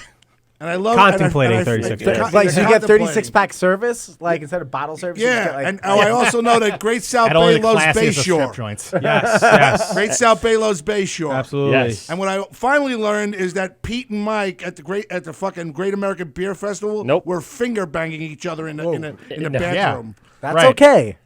Doesn't make us bad people. 2019. As long as it was consensual, that's okay. Well, Pete needs it. He's the fucking nerves a little bit. Nah, he's fine. I get stressed out. He needs to. all this talk unleash about the planning beast. does. Babylon last year had stopped issuing any business licenses for a bar or a restaurant. Yeah. You cannot open a new one unless it was replacing an existing one. Okay. So I think that's been in effect for a while in Babylon, to be honest. Like, Babylon's a good size. And, I mean, they don't have parking really either. They have no parking. And that's the thing. Like, I've heard a lot of which is people why I think they're complain- not attracting any new bars or restaurants because they have some great places there too. Oh yeah, you know, absolutely. it's The Villager. I think Post a lot offices over there. That's a staple. Yeah. Yep. You know Local. what? It's like the Library Cafe with Farmingdale. It's a staple, and then everything What do you else think? branched off from the Library Cafe. We saw the Dark Horse. Well, coming weren't in they there. one of the originals, the library? Well, that's what I'm saying. They were the Because staple. they're right there They're on the one- they're corner of reasons. Main Street and Everybody would go there, and then they switch over. Then they brought in Croxley's. Yep. Then they brought in the Nutty. Then they brought in. Well, the downtown was up there, if you remember. Remember, the downtown had really great concerts. They had major bands that would come through wasn't there. it downtown in Farmingdale? Sorry, nope. That was Thinking of Croxley's. what's the one up? Croxley's. Yeah, so Croxley's Croxley's was downtown, the now downtown, Croxley's. yeah. That's Right. in Farmingdale. between was Right. across from it. Oh, I thought we were talking about I thought we were Babylon. talking about you know what I'm too, thinking of? yeah. I'm thinking of Crazy Donkey. That which was also on in 110. Farmingdale It was too, on on 110 though. Yeah. But no, I'm also thinking of downtown. not Downtown an has some Italian really great restaurant. It's what like basically the Village Pub in Amityville is now, or Revolution or something like that. No, Village Pub South Pub. is now Amityville Music Hall. Right, that's right. Yeah. And they did such a phenomenal job, like turning that place into like what it always deserved to be. Right. That was a like better my, sounding like, venue than a shit fucking just mess, like a like, basement and- show, which is what it was for a very But long like time. it, it was always like poorly run. This, that, the other thing. Like those were like dudes from the scene. Yes. That took it back, turned it into what it deserved to be. That was basically like my hometown venue. And, Yeah. It's like it's like Gov's Radio and O'Toole. Yes. No, I grew up in Amityville. It was a yeah. walkable distance And they for have, me like, when I was in. legitimate like acts like that Yes. will have like intimate shows. 4 there, Years like- Strong came through, and I went, "Are you fucking kidding me? 4 Years Strong came through. Like that's a legitimate act. Who? National tour. Well, you don't know that. This is Revolution, right? Dude, I Mike? saw Cursive there. Like, yeah, no, Amity Music Hall, which was Village Pub South, which was something else even before that, and I forget what the name of it was then. But I have anybody ticket take stubs there over the from like Bulldog? 1998. I Yeah. used to walk in there and see like I an don't think underground so. show, local show, The whatever place it was. that burnt down, Bulldog. Yeah. I think it's still closed. Yeah. Oh, It's for- yeah. It's for sale. See, I I should think say. that would be a nice place for one of the big boys to. Well, here's put a the problem: bar. you have to demo that place. It got gutted, and what the village is trying to do, being an Amityville boy, I know a little bit, and my parents are just they're trying to level it and have more space for Amity, Jeep, Dodge, and Nissan to have parking spots so they can show off more cars. Aren't they squatting on a piece of property Dude, right they now? have 5 different lots now on 110 right by my house. Who's that? Security Dodge? Yeah. They're Cars squatting. There's like there's a business across the street from them that went defunct. Yep. No one owns the lot. Nope. So they just started parking fucking cars there. Well, here's the ironic part about They it. actually like leveled the area too. They went ahead and leveled it themselves. I'm like, well, since we leveled it, now it's ours. Now we get to park all our shit there. But we're not going to pay any. No, any no one's taxes paying or taxes bills on or it. anything. And ironically, the general manager comes into this station all the time. Of the Bulldog? No, Amity Security Dodge. Of Security Dodge Yes. is Emily Santosis. Yes, yep. Who's a transgender comic. Yes, she is. She's a big shot over there. I met with her one of the off days when I came through, and we were talking a little bit about Amityville, and she said she actually supported that idea that they were going to try to buy more land to park more cars. There's one in Farmingdale too. That they or on the border. Yeah, no. There's on 109. There's another fucking lot for them. Is Another that they pad probably site, have a satellite lot where they bring them in? Well, that's where they're storing them for now, and they probably want to get rid of that and bring it down to the Bulldog. The village needs like Sayville. It feels like you have the main area, but then there's also these little spots around there that are also very good. Yeah, of course. Small Craft opened up, great brewery, great little spot. There's a couple of restaurants there on Merrick Road, but they need, again, a couple more good restaurants in the Village area, in the bounds or whatever you want to call it, to kind of really push it a step further. And that's another town that's looking to do what everyone else is doing, too. They're looking to bring in restaurants and bars, and they have some good restaurants. Victorio's is actually really good. This is Amityville? Yes. Yeah, I heard. Yeah, I heard the that Irish too. place, and I have I don't know. Carney's. Thank you. Very good. I went to very good or something there. It was very good. Hey, Paul, do you think with Padjock really bringing in 36 different bars and whatever it is, Farmingdale's like on the same path? And what I'm Farmingdale scared was about, first, actually. But here's what I'm scared about, Paul. Because Grasset is in Farmingdale as well. Yeah, I live in Farmingdale too. They talk about these recession coming in, and if a recession comes in, that means less people are going to go out and eat and drink. So absolutely. So I just think the market is saturated all over the place. I think you go down to the village of Farmingdale, and like you said before, there's 4 or 5 pizzerias on the same block.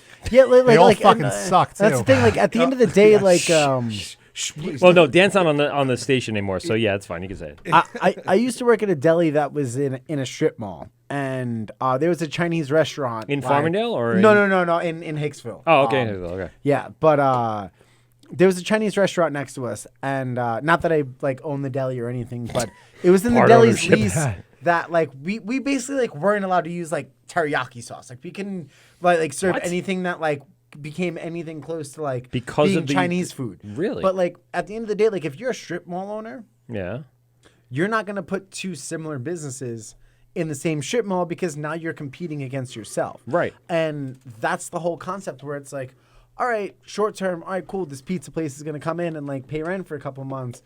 But for the greater sake of the town, if there's 4 other pizza places on that same block, right? Does that really make sense? And and then a lot of landlords play games where it's well, I'm gonna evaluate my property to be this much, and then because I'm not able to rent it out, now I'm gonna get this. Yeah, there are 4 fucking pizza places on Main Street, aren't there? You counted? I did. Well, no, I'm not kidding you. There's Creations. There's the Main Street Pizza Company. There's a new one that just started. There's Frankie's East Side Pizza. There's Gino's. Are they all the same? And Mike, something stopped here. This thing There's turned Gino's, around. Creations. Nothing went away. I'm Main literally, Street Pizza Company, and I'm on it. Okay, I'm the one that's nervous, doing it. Michael. No, don't worry about it. That was the thing, with Patchogue in particular, is Yeah. that you would see something come in that would be popular, then all of a sudden, a year and a half later, there was triples, quadruples of that. Right.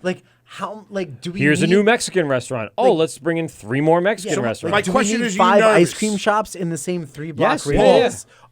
Apparently, somebody thought we did.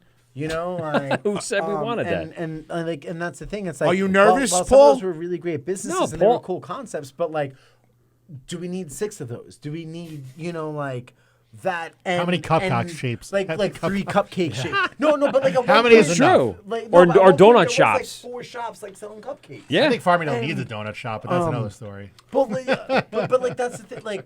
What do you do to change it? What do you guys do? Now, what do you do to Open make up a sure donut you're shop myself. To make sure you're a destination where they're going to want to go to Ghost and Great South Bay? Well, you've been to the brewery, right? Drink what's in your glass, and that'll speak for itself Yes, you've been as to far both. as Great South Bay goes. So no, I meant that in a compliment. You have to make it a destination. Believe it or for you not, guys, Graz right? toured the facilities of the Fire Island Brewery when it was Fire Island, so he has. I can't wait to show you what it looks like now, bro. Ooh, Yeah? a little before and after. How is anybody know where No, Dan is? Dan is somewhere. So right. you know where they are is what I'm saying. So you So know they're asking kind what of we not do to- in the village. Yeah. You guys have your own spot, your own kind of I'm over here now kind of moment. So you can kind of develop that. Do you see any plans for any development up by where you are, north of Sunrise and Southern State? I would honestly say there's not most likely anything. Now, did Entenmann's close?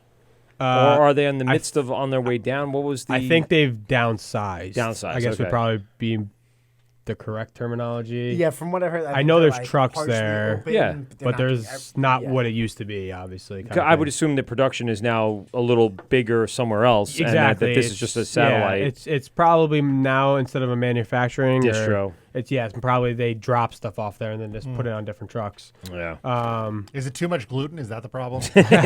all those the gluten. Too much gluten for Long You'd Island. be surprised how many emails I get a day about when's your gluten beer coming out. Really? Oh man. Does Do you have Actually, one all of coming our out? beers have glutens. Do you have a gluten-free beer? We do coming not. Thank anything goodness. on the We've horizon? thought about it. If anything, it would be a tasting room exclusive. Right. But Now, do you have a small? it's hard. As a sales guy, yeah, it's hard to sell. You should make a gluten-free, alcohol-free beer too. The problem is, there's not enough water. people that have to have it. Yeah. There's not a lot of people that don't care but will only drink that. There's no reason to when you can drink it and not worry about it. The other issue is, I don't even think the gluten-free drinkers notice, but they're probably drinking a gluten-removed beer, not gluten-free. Right. What is the difference? So, like, one of my good friends, he has celiac disease, so he is allergic to gluten. So he actually doesn't drink period solely because if it's gluten... You don't know what they're doing. If it's gluten removed, it's, Roll the there could be dice. traces. Okay. That if you're like that allergic, it's a health cautious. Right. You could die. And even that, there's only so much of a consistency level where, like, technically, like, some batches you could be okay on, and some batches, like, might give you a reaction depending on, like, your tolerance and sensitivity to it. And I know that'd be really tough to have, this lifestyle, and then all of a sudden try to have a beer and oh my God, this had it. And that's what happened to him. He I think at 23, so he just was drinking. We were having drinks, and big craft guy. We were drinking. Me and my buddies back home used to, we'd each buy a 4-pack, and I'd take one can, you'd take another, kind of thing. And like a week later, all of a sudden he's like, "Hey guys, I can't make it this Friday," and we're like, "All right, you're busy. I'm whatever." dying, bro. Yeah, he goes, no, like, I'm gonna come, but I just can't drink the beer. And he tried different ciders and everything, and a lot of them don't even state that they're gluten removed. They just say gluten free. Right. Which means there's still some sort of remnants or sitting there. There could be, or there is. Or is there a chemical that removes it, if I'm not mistaken? I think something in the process. I believe, like, it's an enzyme that, like, enzyme, breaks it right, down. right. But even that, it's not technically, like, it's like technically gluten reduced. Yes, right. So if you are highly sensitive, you could have a big problem. You could have a big problem. Yeah. So does your friend just stick with cocaine these days? He's buddy. FBO couch. Not to plug. I was waiting for Grass to jump in there. He's like, wait a second. Yeah, really. Where are you? Cupcakes fucking good. So now that guy can never drink a beer again unless they go gluten-free? He doesn't even risk it at this Cocoa point. nibs aren't gluten-free, though, dude. Yeah. It's like high gluten. He basically just said, "I'm gonna not drink beer any longer." So, I mean, that's got to be, like, devastating. At 23, you said? 23, yeah, 23 is when he started. But I think that's one of the concerns I have, at least, when I see those emails. Yeah. Of course, you want to offer, like, we offer Riverhead Cider at our place. Right. Who is gluten-free. Who is gluten-free. Right. We offer Pump House Wine for non-beer drinkers also. But if we are to do a gluten-free beer, I don't want to have that liability. I don't think Paul or Greg, our head brewer, would want to have that liability.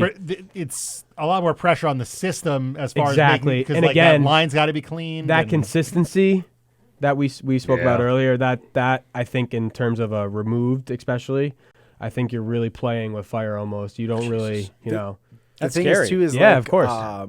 Most beer yeasts are propagated on malt or like gluten-based liquid. So like, unless you're going with a completely like wine-based yeast, which now you're not getting these like beer flavors or like with the market now. There's the yeast options are a little bit easier, but even taking a yeast that was propagated off of like a gluten-based liquid and then using that to ferment a quote-unquote gluten-free beverage, to somebody with a sensitive enough allergy, that could be enough to like. That's enough. Wow. That is enough. Yeah. That's enough to send them to the hospital. So, yeah, Why don't even risk it? Like to a certain degree, it's almost like So nut for them, allergy cocaine level would be stuff safer. where it's like- Just to reiterate.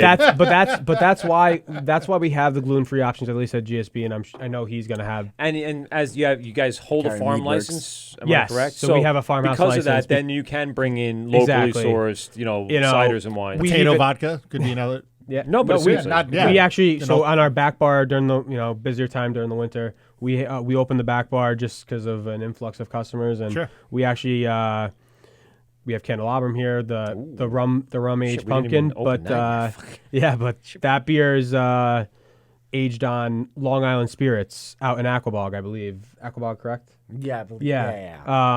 So we use their rum barrels, but we use we make mixed drinks sometimes. Again, mainly because we like to offer an option for non-beer Sure. drinkers. We don't want people coming in, like if you guys said, hey, let's go to GSB, and I'm sitting there like, I'm not a big craft beer person. Like, we want to offer everything to everybody. We don't want to, And you got a big enough facility now to hold everyone and Exactly. their mother and their Especially dogs. when it's nice out on the weekends. And another brewery. Another brewery. And so much so that you'll be able to walk to, not go outside. So. Chocolate porter. Yeah, Right so down that's there the other for thing, us. because I know as we walked along, you have to try that one.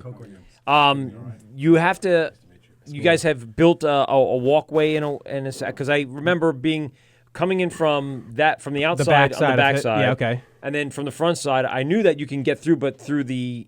It's through a door, yeah. But once we're open, area. like the walkway will officially be open. It's like semi through the production area. It'll be drunk proofed with railings and whatnot. Yeah, no such thing, Paul. No such thing as drunk proof. There's no finger banging in between the breweries? No, definitely not. We've learned from Punktoberfest there's no such thing as drunk proof. Yeah. And Bayfest and all those events. You put your finger in my barrel's bungholes and we're going to have a fucking problem, right? Is that what's going on Punktoberfest? God damn it. Technically, bunghole is an official term. It is. That is a Correct. term. 100%. So- But yeah, I mean, once they get their license and their tasting rooms open, it's gonna be. Ooh, actually, you did good. Yeah, there you go. Well played. Well played, Grass. Yeah, well, Better than I did. Checkmate. I don't think there's many breweries in the country that will have two tasting rooms, two different breweries in the same building. No. Area 2 roads, maybe if they're next to each other, but you probably will have to walk outside, go. Ours will most likely be... Because of you don't need to Connecticut go out- shitty laws, more than likely, knowing Connecticut. Yeah. Allagash they is won't. close. Bissell Brothers is like across the street. You have Springdale and Jack's Abbey across the street, too. Yeah, Okay. but they're not in the same What is facility. that? It's very good, isn't that? That's the afterlife. It's a Kentucky Common aged on cocoa nibs and cherries. Oh my God, that is fantastic. Remember when you called in like, who's that cocoa nib? Yeah, that's cocoa nibs. Wow, that is fucking great, man. I tell you, man, you get brewers in here, and every single one just keeps getting get better lucky. and better. Right? I'm telling you. How'd that's you why like the chocolate porter? the chocolate porter for me. Look at my face. It got very red, but I enjoyed it. It's good. Yeah. It's like It's you. like You're red 8.5%, too a little bit. It's Well, the yeah, alcohol. but- We're well, not it's allowed to heat, drink. yeah. We're not supposed to drink. I'm gonna be honest. I didn't turn on the air Goddamn conditioner. It's hot in here. dermatologist. It really Oh, is. fat guys don't really like hot. You know what I mean? Fat guys. No, we fat don't. guy- oh wait, hold on. Somebody's calling me. Okay, there you go. No, Oh, like my God. I've is seen a like loud the fucking multi-brewery ringer, man. thing in like one building, like more so like on the West Coast. I think a lot of that has to do with like their like food laws as far as Yeah, like, yeah, food what and they stuff, can that and cannot thing. do, yeah. But as far as I know, I think we are can't like think the of first any, venture on at Long least off the top of Island my head. to do this like in one building. We follow a Long shit Beach? ton of breweries and look at it, and Long Beach or Flying Belgian? Would that be? they might be at one point. But are they? Is Flying I'm not Belgium familiar actually with that, having? They have a tasting arrangement room, I guess, is the real personally. question. Not or yet. are they just contracting? like- out of Okay, there? so Like when I went out to, I Well, think actually, like it's my not first I experience don't know. with yeah, it was out in Portland, Oregon, going out to Cascade Barrel House at a CBC, and they had 2 additional sour-only breweries Okay. pouring in their tasting room, which like had their own like little separate mini Dedicated tasting rooms, space, yeah. and with the restaurant in the middle. And then shortly after that, which clearly I don't remember the names of any of the breweries, we went to another like triple header where it was 3 different breweries where it was. You turned a corner and you were in another brewery, and the restaurant was literally in the center of the building. And That sounds fun. yeah, it was amazing. Like from a coming from the You're in food one business place and you could originally, go I was from just this like, to that I was to like, oh my this. God, this is like a restaurateur's wet dream. It's like, wait, you want to give me 3 different bars, businesses? Yeah, really. Like, cheers. Cheers and Grazi. Nice to see you. All right.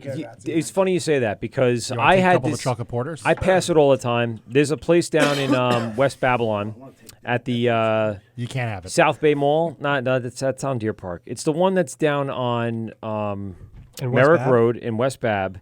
Old Navy's there. It's the Red Robin's there now. I know exactly. I know National Wholesale Liquidators. Yeah. Used to be Caldor. Right across from Looney Tunes, right? Yes, correct. All right. So the National Wholesale Liquidators building has been It used to be empty a Caldor. for Yeah, Caldor for back in the day. I want grew to up in say Copiac, so. yeah, there you go. It used to be it was vacant for like 15 years now. Can you imagine if you set up like some sort of Taste of New York kind of thing there? Where you had a couple of different tasting rooms with different breweries that could go in, and a couple of restaurants in that same under the same roof. That's like the New York Why don't you Brewers drive Association, the event we had at Belmont. Yeah, Drive a food truck into the brewery. Yeah, just well, they could now. We thought about just putting like a to-go window in Right? the wall, Yeah. so you don't actually have to go outside You don't because even go anywhere. that's a little loophole. Right. But True. It's still maybe I should have mentioned it's that. 1 inch separate, but Yeah. it's still separate. But yeah, I mean, I know I've talked to Paul about this and about that space, I guess. Yeah. The New York, what was it? The New York State Brewers Association. Mm-hmm. We did the first ever event down here Okay. at Belmont. in like September. 10th it was? Caldor is Like, completely 9th out of or 10th? business. That is But- Oh yeah. But question. that was totally, dude. Didn't realize it was at Belmont during track season. Yeah. Big horse guy. So I used to film for them. Those spires out on the track. I used to Okay. be in a camera well up there. Nice. Hours just sitting up there with a camera, just sitting. Oh, I did really? Belmont, I did Aqueduct, and I did Saratoga for 1 year. That's where I basically grew up in Saratoga. Oh, so yeah, then I got that's the why. app on my phone. Have you been down to the Downs? No, I haven't. I've been there twice now. Nice. Yeah, it's fucking cool. I don't know if I It's can one of handle the- that. It's like going to your favorite Just 'cause I baseball would be- field. It's yeah, like I going would to be your in, favorite like- football field. Yeah. I mean, I didn't grow up on horse racing. My dad always loved it. But I, at times in my career as I was doing like a bunch of freelance jobs, I was working for Naira. And for cool. about, 14 months, about a year and a couple of months, I was up in those spires. It was so cool. And it's a very alone feeling. Of course. When you're up there. You're for up high, right? You're 3-4 stories on a Yeah. ladder on scaffolding. Yeah. And you're just in a big tube. Yeah. And you have a camera and a headset, and your only friend is the headset. And they're like, keep your mouth shut. Like, I wanted to talk. I'm like, hi, how's everyone doing out there? Is everyone okay? Okay, I'm great. I'm good. It's so lonely, but then when it starts and you can feel the horses run around the track. You and get your just feel- vibration. Oh, yeah. Yeah. All the way up the tower. My dad, Cool. my dad grew up on. My grandma brought him every day to the tracks in Saratoga. Ah, there you go. That was his daycare, as he likes to call it. It's beautiful. Yeah, because you can. It's such a big open You just space. go run around. Everything's It's everywhere. not like Belmont. By And no any one gave a means. shit. Nope. And no. They The kids are all running up and down the stands. They still don't care. No. That's true. But actually, craft beer related, I'm in a craft beer trading group out of Albany. Oh, okay. On Facebook, which be nicer to the Wort. Yeah. Oh, they're not being nice? Well, they locked you guys out. No, You it's guys. not them. They locked the whole Governor's Radio out. Oh, it's not okay. just us. Oh, not just you. Oh, Okay. no, it's I all thought it was 13 just shows. you guys. No, Wow, no. okay. It's the whole station got locked out. So back to the beer aspect. The Saratoga track is actually one of the biggest spots to meet to trade beers. Upstate, yeah. That's kinda A cool. lot of people like to go and Show up with a trunk full of beer? Yeah, and it's a big trading spot. I never knew that. They like to go and exchange beers, have a good time, and bet on some ponies. Brings it all back to beer. Yeah. All roads do lead back to beer. Exactly. You have to pee, don't you? Yeah, let's take a break. Yeah, I got It's to a pee good so time. bad. Cool. Graz, you all right? He left. All right. So, this is the Word Mike at PeteGovsRadio.com. We're going to take a quick break, and we'll be right back after this. You're listening to Govs Radio, internet radio versus whatever that alien shit is. Whose idea was this anyway? It's the Word Mike at PeteGovsRadio.com. We're back here live at Governor's Comedy Club in beautiful Levittown, Long Island. Phone number here, 516-465-3990, 513-0515. We cracked open a few new beers, and there it is right now. We want to talk about all this ridiculousness that is in my hand. So we have Candelabrium. Candelabrum. Candelabrum. And this is on Do the you want to go to the rum. phone or no? Yes, and it's made with rum, so hence the, what would you say? Do you want to go to the phone or? No, fuck the phone. All right, this is the Word Mike at PeteGubsRadio.com. Who we got on the phone? Oh, this is John Lee with the Rebel Kettle Brewing Co. Oh, well, fucking A. Now we See? got to go on the phone. See? What What did I tell you? I didn't even pay attention to the time. God. It's 9:58. You're calling in early, sir.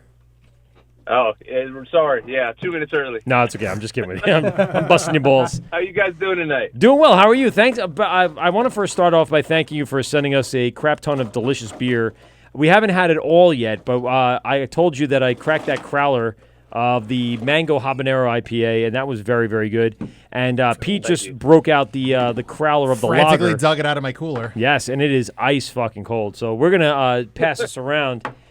Give us a little quick history about the brewery. You're in Arkansas, am I correct?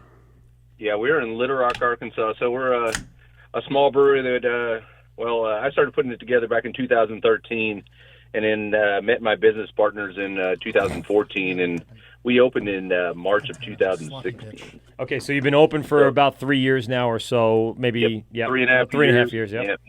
Yep. And so, I mean, how is the scene in Arkansas? Because we're on Long Island. We were just talking earlier tonight about how the concentration and the amount of breweries here on Long Island and the population, everything's condensed here. Give us a little, kind of like introspect about how everything runs in Arkansas, because everything I would imagine is a little more spread out. Thank you. It is. I mean, obviously, Arkansas is about 3 million people, but I mean, there's a lot of rural areas, and so it's. But we're talking about Little Rock, and then there's a kind of a big metro up in northwest Arkansas, and this is where the most of the breweries sit. Okay. In Little Rock, we have 200,000 people, and right now we have 6 breweries. Wow, and that's a lot for the small population like you have. I guess. I mean, most of them are our size or smaller. We have, I guess 3 of them are larger, but everybody's below like 30 barrels. Okay, all right. So they're definitely small, like hometown brewery kind of thing. Are there different areas of Little Rock where like you have districts, or do you have counties, or what do you have that separates everyone? I mean, I guess we could say counties, but I mean, really everybody, for the most part, is right down the heart of Little Rock, and then there's North Little Rock, which is, I want to say there's about 65,000 people there, and they have 2 breweries, so that's the other, so we have 4 in Little Rock and 2, so I look at Little Rock and North Little Rock as one, so Right. it's just, we're so close. But So how's like the saturation point at this point? Everyone as individual brewers are doing well on their own, or are we finding already that some are pulling from others, or what's the state of the union up there? I mean, it seems to be pretty. I mean, we're all pretty tight. I mean, everybody knows everybody. We recently lost 2 breweries, but one was a brew pub, and then the other one shut down because of internal struggles. Other than that, though, we're just. I mean, everybody's kind of doing their own thing. So, like I said to you, that mango habanero, I was kind of hesitant to crack that open. I was expecting some spice or some over-the-top juice, but it was very well balanced. So, give me a little rundown about that. What was it? Serpent's. What was the name of it? Southern Snake Charmer. Southern Snake Charmer. I knew it had to do with a snake. There you go. Yeah, that was actually, we'll just say, based on a homebrew recipe that my business partner Josh Davis did. And we've kind of tweaked it ever since there. But this year, we definitely went more juice forward, added more mangoes to it. The habanero is, in the back. It's more kind of like in the finish, kind of get you in the throat, and that's about it. Correct. Again, we want to focus more on that juice aspect of it. So you guys sent us a crap ton of other styles here. We just cracked open the lager that we're all having now. So give us a little rundown on the lager that you sent us. That's the Gold Reserve. Gold Reserve. Gold Reserve. Yeah, so, I mean, we wanted to take, basically just make a big-ass lager was really what it was. We had some yeast left over from our annual Oktoberfest. And so just to repitch it, we decided to do a big lager this year. And to be honest, I mean, I'm still drinking on that quite a bit. I mean, that's kind of my style. So it's only like a few weeks old for us in the crowler, and I think it held up fairly well in the shipping and in the refrigeration and all that other good stuff. It tastes pretty good. I have in the studio with me, and John, right? Yes. Sorry. I have in the studio with me, John, Paul from Ghost Brewing Company here in nice. Bayshore, Long Island, and then also Zach, who's the sales director of Great South Bay, one of the bigger breweries here on Long Island as well. So they're also tasting in this. And at any point you guys want to throw in some comments or questions, especially from a brewer standpoint, Paul, you go ahead and you do it. It's super tasty. As far as just the golden lager goes, it's hitting the spot. It's refreshing. Yeah. It's nice and cold too. Not leaving anything to be desired. Thank you. Yeah, I mean, obviously that's the goal. With just a big, clean lager, and it's just an easy drinker for a bigger ABV. So we have a bunch of others you sent us, and I told Pete, I said, dude, listen, some of these I'm drinking right now. I'm not going any further. I'm just gonna start drinking them ASAP. You don't have to open. I don't want to open all of them, but the gnarly, which was the saison. Tart saison, right? Yeah. Rob Gnarly is one of our year round. We do a lot of sours. We do a lot of IPAs. Mm-hmm. Imagine that, right? Yeah, exactly. Yeah, these days. How about And that? then, We were just talking about that. Yeah. Do you think that style's going to catch on anytime soon, John? Or, I mean, I've been hearing so much about it, and I'm really trying to get into it, but I don't know. It doesn't seem to be the popular opinion around here. Well, let me ask you a question, John. Is that still hold up in Arkansas? Are people still like going crazy for IPAs, or is it still something where people? To be honest, no. Yeah, that's the thing is like we're trying to make it a thing here.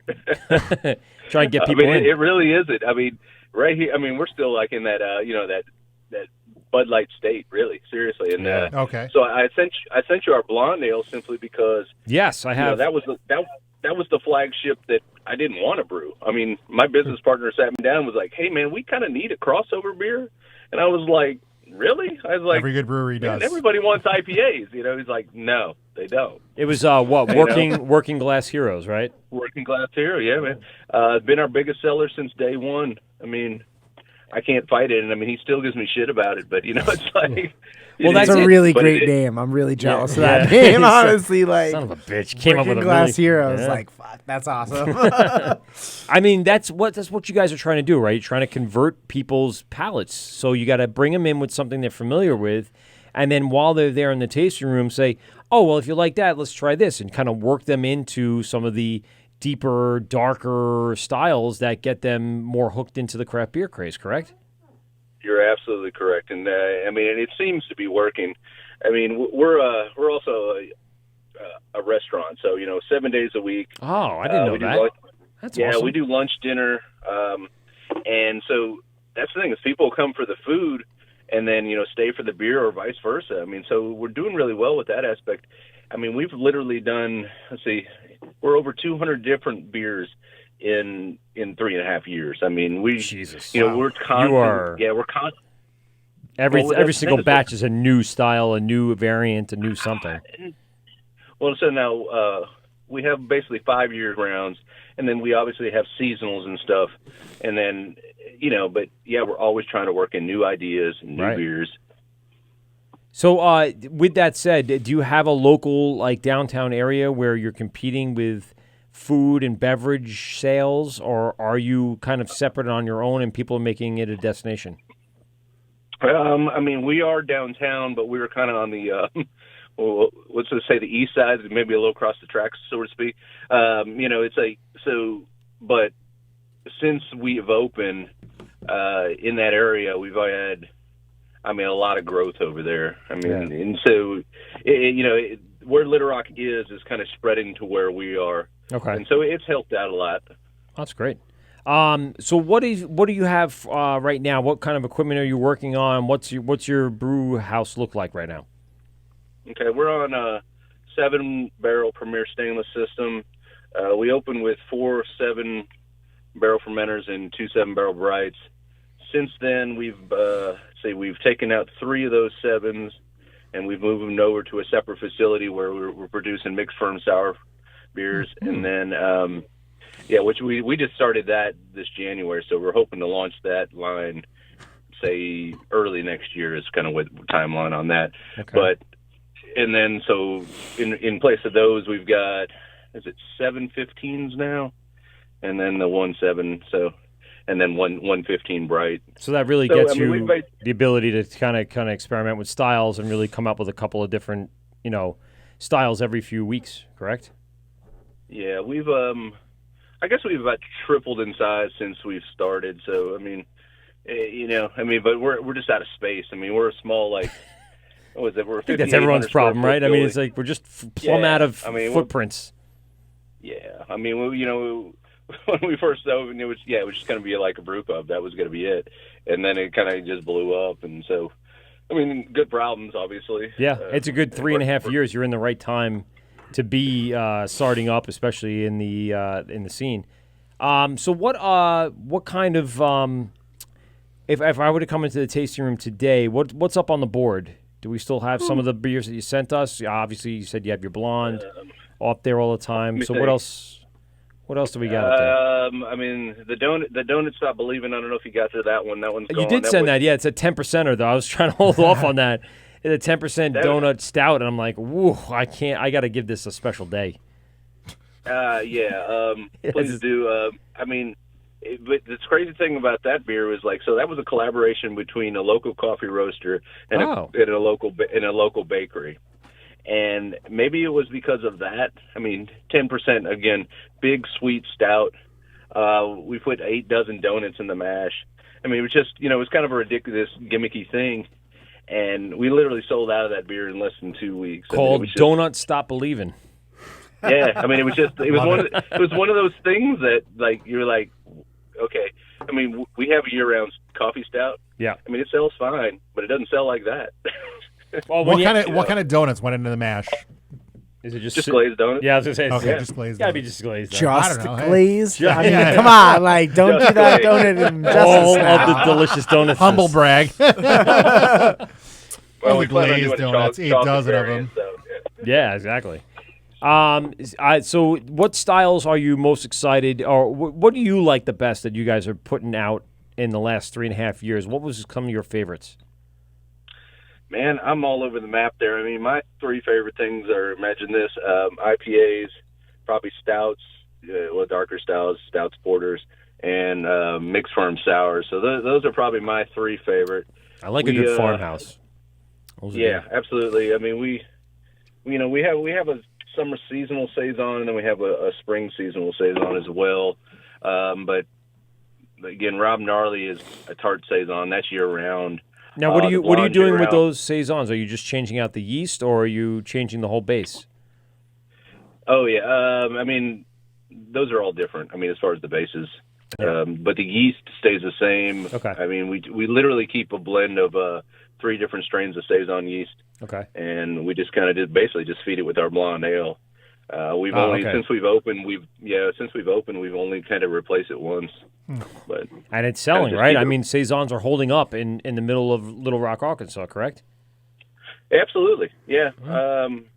Our probably the biggest one is our. It's not holding up here at fucking all. Let me tell you, no one here seems to like it. Like Hazy Boys for everybody. What's a saison? Yeah, what is Sizen? Imagine that. Sizen. So I'll say, Zach is director of sales for Great South Bay, right? And so when he goes into a restaurant, it's a hard sell for a saison because people want, what do they want? Hazy Boys. Hazy Boy IPAs. That's what they want. They want New England style. They want anything that's hopped over the fucking top. They want Galaxy, Citra, Mosaic, El Dorado. Nuggets. Anything from New Zealand. Yeah. Anything from New Zealand. Anything from even the West Coast. But it still tastes juicy, and they bring it over here. Cascade, and all those. That's what they want. So it's actually kind of amazing. Guys are in a different world. I know. Well, that's what I'm saying. That's why we have these phone calls. That's why I have the conversation, Sean. It's just amazing that your saisons are selling like that and it's hard for us to get those out there. And I love them, but I'm one of very few around here that will actually go out and search for a saison in the middle of December and January because I want that taste tonight as opposed to a nice dark triple IPA or maybe even a stout or a porter. I seek saisons at times because my palate kind of wants something different all the time. Now, our year-round IPA, Easy Roller IPA, doesn't land probably in the New England set. I mean, it's more in between. It's definitely low bitterness, but I guess it flocks too hard, using we use some exactly. English yeast, and so it comes out pretty clear. And but regardless, the fact is, like, it's tough for us to get handles. I mean, it's Lagunitas IPA all day here. Yeah. Wait. That IPA is clear? Like, that's an IPA? What? Like what the I hell could is see that? through this though. That's really weird. No, dude, I'm with you, man. I'm with you on like clear beer. Like, I'm not opposed to like hazy beer, but like it's got to be proper hazy, not lazy hazy. Yeah. No 10-day bullshit here, man. But all about saison yeast and proper IPAs. Yeah. Sure. So if you brewed a New England IPA with Nelson hops, dry hop with Galaxy, dry hop with Citra, no one's getting excited. Oh no, that's not the case. I couldn't find those. Okay, I just wanted to clarify. Okay, I thought we were in totally different worlds. I was like, oh no, I can tell. By the way, okay, just wanted to make sure. Zach was on the phone. He's going, all right, we got to sell to Arkansas. Arkansas tomorrow. I'm like, hold I'm on a plane tomorrow. I was Googling distributorships around there. Yeah, absolutely. I'm gonna make a footprint in Arkansas and expand out from the Midwest. That's fantastic. But I mean, seriously though, if you have this area of the country that's really into saisons, that's so interesting because fascinating. It's not like I wouldn't say they're really into it, but like. But our it's big seller selling. As far, yeah. So we have our summer saison. It's called Swimming Hole, and maybe it's the fucking name. I don't know. But Man, I mean, it's John, really no, your names are all point. Your names are on point. No, it's and also how you're saying it too. It's just fantastic. Now, so when you brew that summer saison, how many barrels do you think you go through? Let's see. We did. I mean, 3 doubles. I think this past summer. So I mean, we're not. You got to understand is like we did like a little over 1,000 barrels last year. No, and I understand that part, but yeah, we moved 70% out of our tap room. Okay. Well, either way, Yeah. in terms of how many barrels you moved, whether it's through sales in the tap room or outside sales, because I was talking to these guys, we make Kissman Saison. It's a place on the island. It's a pretty well-known saison. Yeah, to be honest, it's been around for a while. We've won at GABF with that beer. Nice. We won at the New York Tap with that beer, and I was telling these guys, as much as we love it, I would drink it summer seasonal, spring seasonal. I unfortunately just can't. It's going to war to try to move a 15 barrel of it, which is crazy. Yeah, that's crazy. So it's interesting to hear, clientele or just geographically, what works and what doesn't. All right, John, hold on one sec. Stay patient for a moment. This is the Word with Mike and Pete. Who else do we have on the phone today? John, you from Arkansas? Yeah. I hope Western Kentucky puts it in your pooper this week. John, are you a big college football fan? Actually, I am not. Oh, there you go. Well, way to waste the joke on someone who doesn't like football, Graz. It was still funny as fuck. I got to hear that. Play this week and everything. Graz has 2 chocolate beers, and he's talking about the people all of a sudden. That's it. He has a little cocoa nibs, and he gets them all riled up. This fucking guy. Cocoa Holy nibs. crap, I had a perfect line. John, you like basketball? I hope you guys will get a fucking 49 streak of losing. You're screaming and it doesn't come through right. But John, I don't know if you heard that, but he's probably not a Razorback fan. I'll put it that way. I'm guessing not. All right, Graz, let me go because I gotta finish up with John here. All right, John, I love you. Love me too. I love when we have on the phone love. It's so much fun. The beer world just brings them together. It sure does. Hospitality. John, so what does the future look like for the brewery right now? You guys have we were talking about can art like right at the beginning of the show before we went on. I like the skull greaser kind of feel. Where did that come from, by the way? That's a good question. I mean, when we were picking names, I mean, it was almost like picking names for your kid or some shit. And we landed on Rebel Kettle. I'm sure everyone feels that way. Yeah, I mean, it was like, Totally. it was more about what it meant. It was like a rebellion against average beer because of the things that I was doing or still doing or trying to do is, again, always push the envelope and always pushing myself to do new things, try new ingredients. And that's really where, and hopefully get people to try new things. But so that's kind of where the name was at. And just to kind of go along with that, that rebellious feel, we felt that, with the, skeleton with the pompadour, Pack of cigarettes up his short cuff sleeve. I love it. That can art, was kind of more of a generic thing, just so we could kind of get some things pushed out of the tap room, because we don't distribute to stores as far as cans. I mean, the only thing is we push around draft around town, but we're hoping to start at least canning Working Glass. We're working on can art for it. Rob Gnarly, the Tart Saison, and then also Easy Roller. Those will be our first three that we'll probably push out in the market in cans. Well, Zach's here in the studio. He's a sales manager. So tell us a little about what you think should be his first step in order to get that out there. I'm more curious. Have you looked into distributorships? I don't know. I mean, I'm already looking up in Arkansas, seeing if we can get distributorships. We're with Glazers. Like a couple years back, there was a company here, a distributor here, called Arkansas Craft. They sold out a year and a half ago, so most of the clientele there went with Glazers Beverage, and that's where we're at today. I gotcha. Now, curiosity, because we were talking about distributor laws. What are the laws like in your state? Like, is it a lifetime? Are we talking year-to-year basis? You hear that? Yes and no. I'm really now starting to look into Arkansas. Shit seems like the Wild West right now. Exactly, I'm into it. Well, I think if it's a mutual thing, you can get out of them. It's a Southern hospitality. Right? You're just nicer people down there. It just seems like they are. That's great. But, you're much better people than we are. What's on the menu down there lately, John? What do you? Yeah, and that was interesting too. You touched on the food really quick. So you guys have as the resident fat guy in the room. Hey, I'm right behind you. Yeah. What barbecue lover? What do you pair well with some of the beers that you guys have there? Most of our food, it has a Cajun feel to it. Ooh. So, but I say American kind of twist to it. I mean, like, my favorite thing to eat is called our Cajun burger. So it's basically a blackened burger with shrimp on it. Ooh, wow. Sounds amazing. I've never had that combination, and now I need to. Yeah, fantastic. I've never heard of that. So what is that, like blackening seasoning, I guess, and then I'm having the local like burger. shrimp on the local burger on top of the patty? Yeah, shrimp, pepper jack cheese. Fuck, that is a great idea. Why is that not a thing all over? I don't know. That's a great question. Long Island is sleeping. Jeez. Believe me, it's not a great idea when you work and own there. You own it there because you're just eating that shit all the time.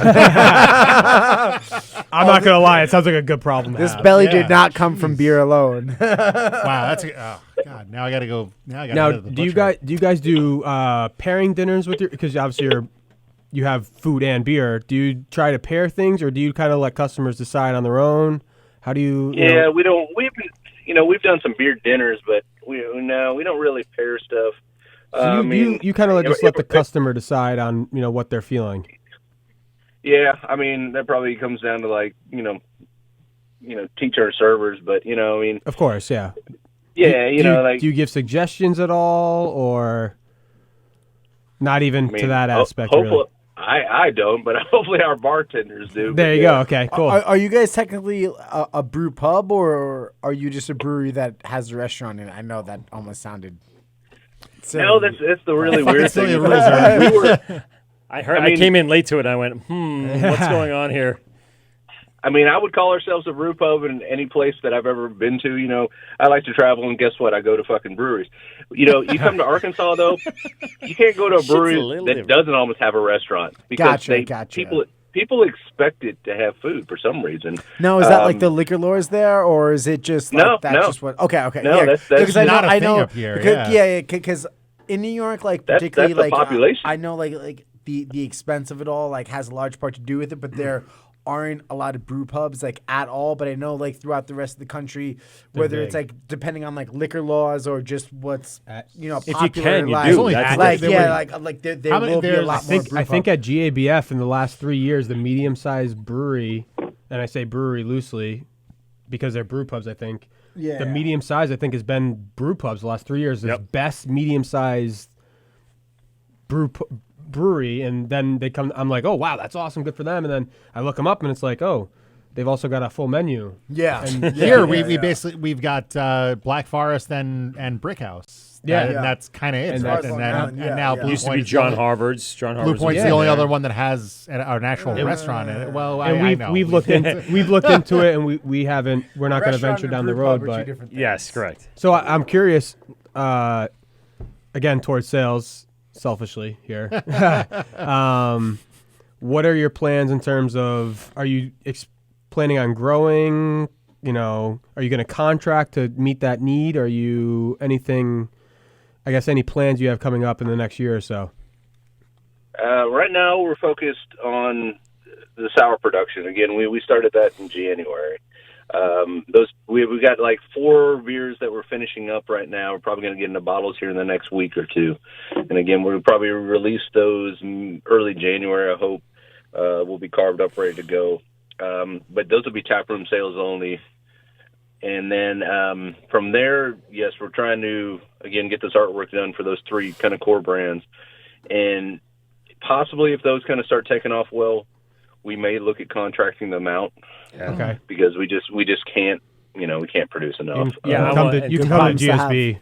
But my concern, though, is actually finding somebody that can contract it at the level we need it. We've looked at a few places. Oh, Great South Well, Bay. Great South Bay and Ghost Brewing Company are both running a great contracting program. If you want to get some East Coast visualization or whatever you call it. I think the names, the branding, I think would translate well, especially with Ghost. Oddly enough, I think the from Arkansas to New York, I think the branding actually works really well. How cool would that be if you combine some of the artworks together? If you come up with a beer name with Billy Joel involved, there you go. I think that's the only missing link there, John. Come up with a Billy Joel name. I think you're good. No, but we can do this. Under pressure, I think we can do this. There you go. But yeah, so that was Great South Bay does. Great that was South... the original can art, by the way. Oh, nice. I like that a lot. Yeah, we had the crowler out. Sorry, John. We had the crowler out for a while, but I never showed him like the real can art with the skull, with the pompadour, and I like that. And they have it consistent. So, all right, there is a little bit of that. But what they do is, and what I like, by the way, is the consistency. The color changes for each thing. So, same concept with what you guys are trying to do. Associate color with your branding. So, the Saison would be like that teal. Awesome. Cool. The blonde is like a yellow esque, and then each beer has its own color background. That's awesome. That would separate it out. And of course, with you're still very creative yet very subtle and just basically completing the full circle of the brand. With how many people are on the shelves right now, like continuity goes a long way, because like if you can't immediately identify the product on the shelf, you're screwed. You're just going to look like another person blending in. And 5 feet, 5 seconds. Yeah, exactly. Where did that? That's your sales background. Yeah, right? 5 feet, 5 If you have time to lean, you have time to clean. Is that that's that same thing? No matter what the beer is, like whether you're going from this thing or that thing or the other thing, and like throughout your portfolio, I feel like there does need to be a certain amount of continuity where a customer can look at your product and identify it as yours off the bat. And if they aren't, whether they buy it or not, you're losing.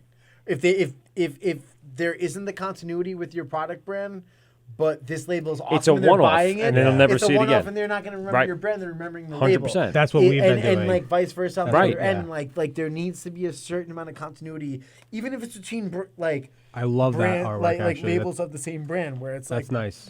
You're very creative. You're very subtle. Yeah. You're not going from big and bold to very subtle. You're kind of mixing it all together, being creative. Almost to the point where if I go to the store, John, and I get your beer, I might pick up the wrong color, and I go, oh, shit, this is really good, and then explore a brand new beer. It's a win-win. It is. It's a win-win, because they're still going to like recognize your brand, but then stumble upon a brand new flavor profile or a style that you're like, holy shit. We've talked about even like from your artwork, you're trying to match your beer, the quality of your beer, even to the artwork. You're trying to mix it all together. So you have a creative brand that you're trying to create or have created, and the beer is now matching with that. So it's all inclusive. That's awesome. Oh, thank you. Yeah, I mean, again, Southern hospitality. I know. No, I mean those labels will probably never see a shelf, but I mean they do sell. Really? And you have no like What a waste. You don't think they'll work, or you? No. It's not that. It's like we're working on other. So that like I wish I could show you the concept that we have right now. So we're working with a company out of Asheville, North Carolina, and also a local artist. Here we go into Asheville. No, it had nothing to do with that. It was just, so we have a local artist that's doing artwork, and then they did the design around that. Oh, okay, I got it.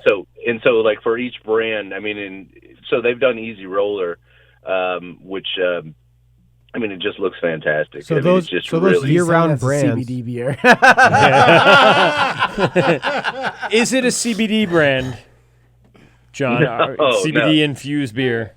So those. That's hilarious you say that though, because my business partner, he's actually involved in a company right now that is producing CBD. Oh, there you go. And we're kicking that around. If he needs help, like we being actually involved, let me know. Yeah, let us know. We're all suffering from some sort of inflammation that we need CBD for. Absolutely true. I have a chronic And here in knee New York, problem. we'll be the last goddamn state in the union to fucking get that shit legalized. That and gambling. Yes, that's true. Oh my god. Yeah. I can literally go over walk over No. the outer bridge and gamble, and then walk back over the bridge and not be able to gamble. It's so stupid. I saw the revenue and I was like, "Are you kidding me?" Yeah. What New Jersey's going to do? I'm pretty surprised that we haven't legalized weed here. Yeah.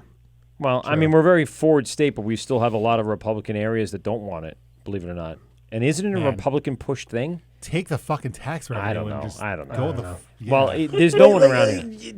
Just take the fucking money. Like, take the fucking money. Like, let's do it. Like, Let's you can either go. take the money or give it to somebody else. Like, you're either taking it or Man. choosing to give it to somebody else. Well, Let's John, take it. Arkansas, is there any sort of anything going on in the internal politics arena that's trying to do whatever other states are doing, like Colorado, California, Washington?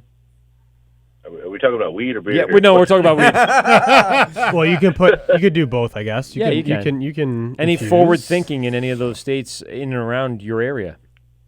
So, I mean, legalization for medical past, it may have very well been 3 years ago. And I think we finally had one store open or something open. That sounds like Long Island. Yeah, I mean, it took that long to actually get anything done.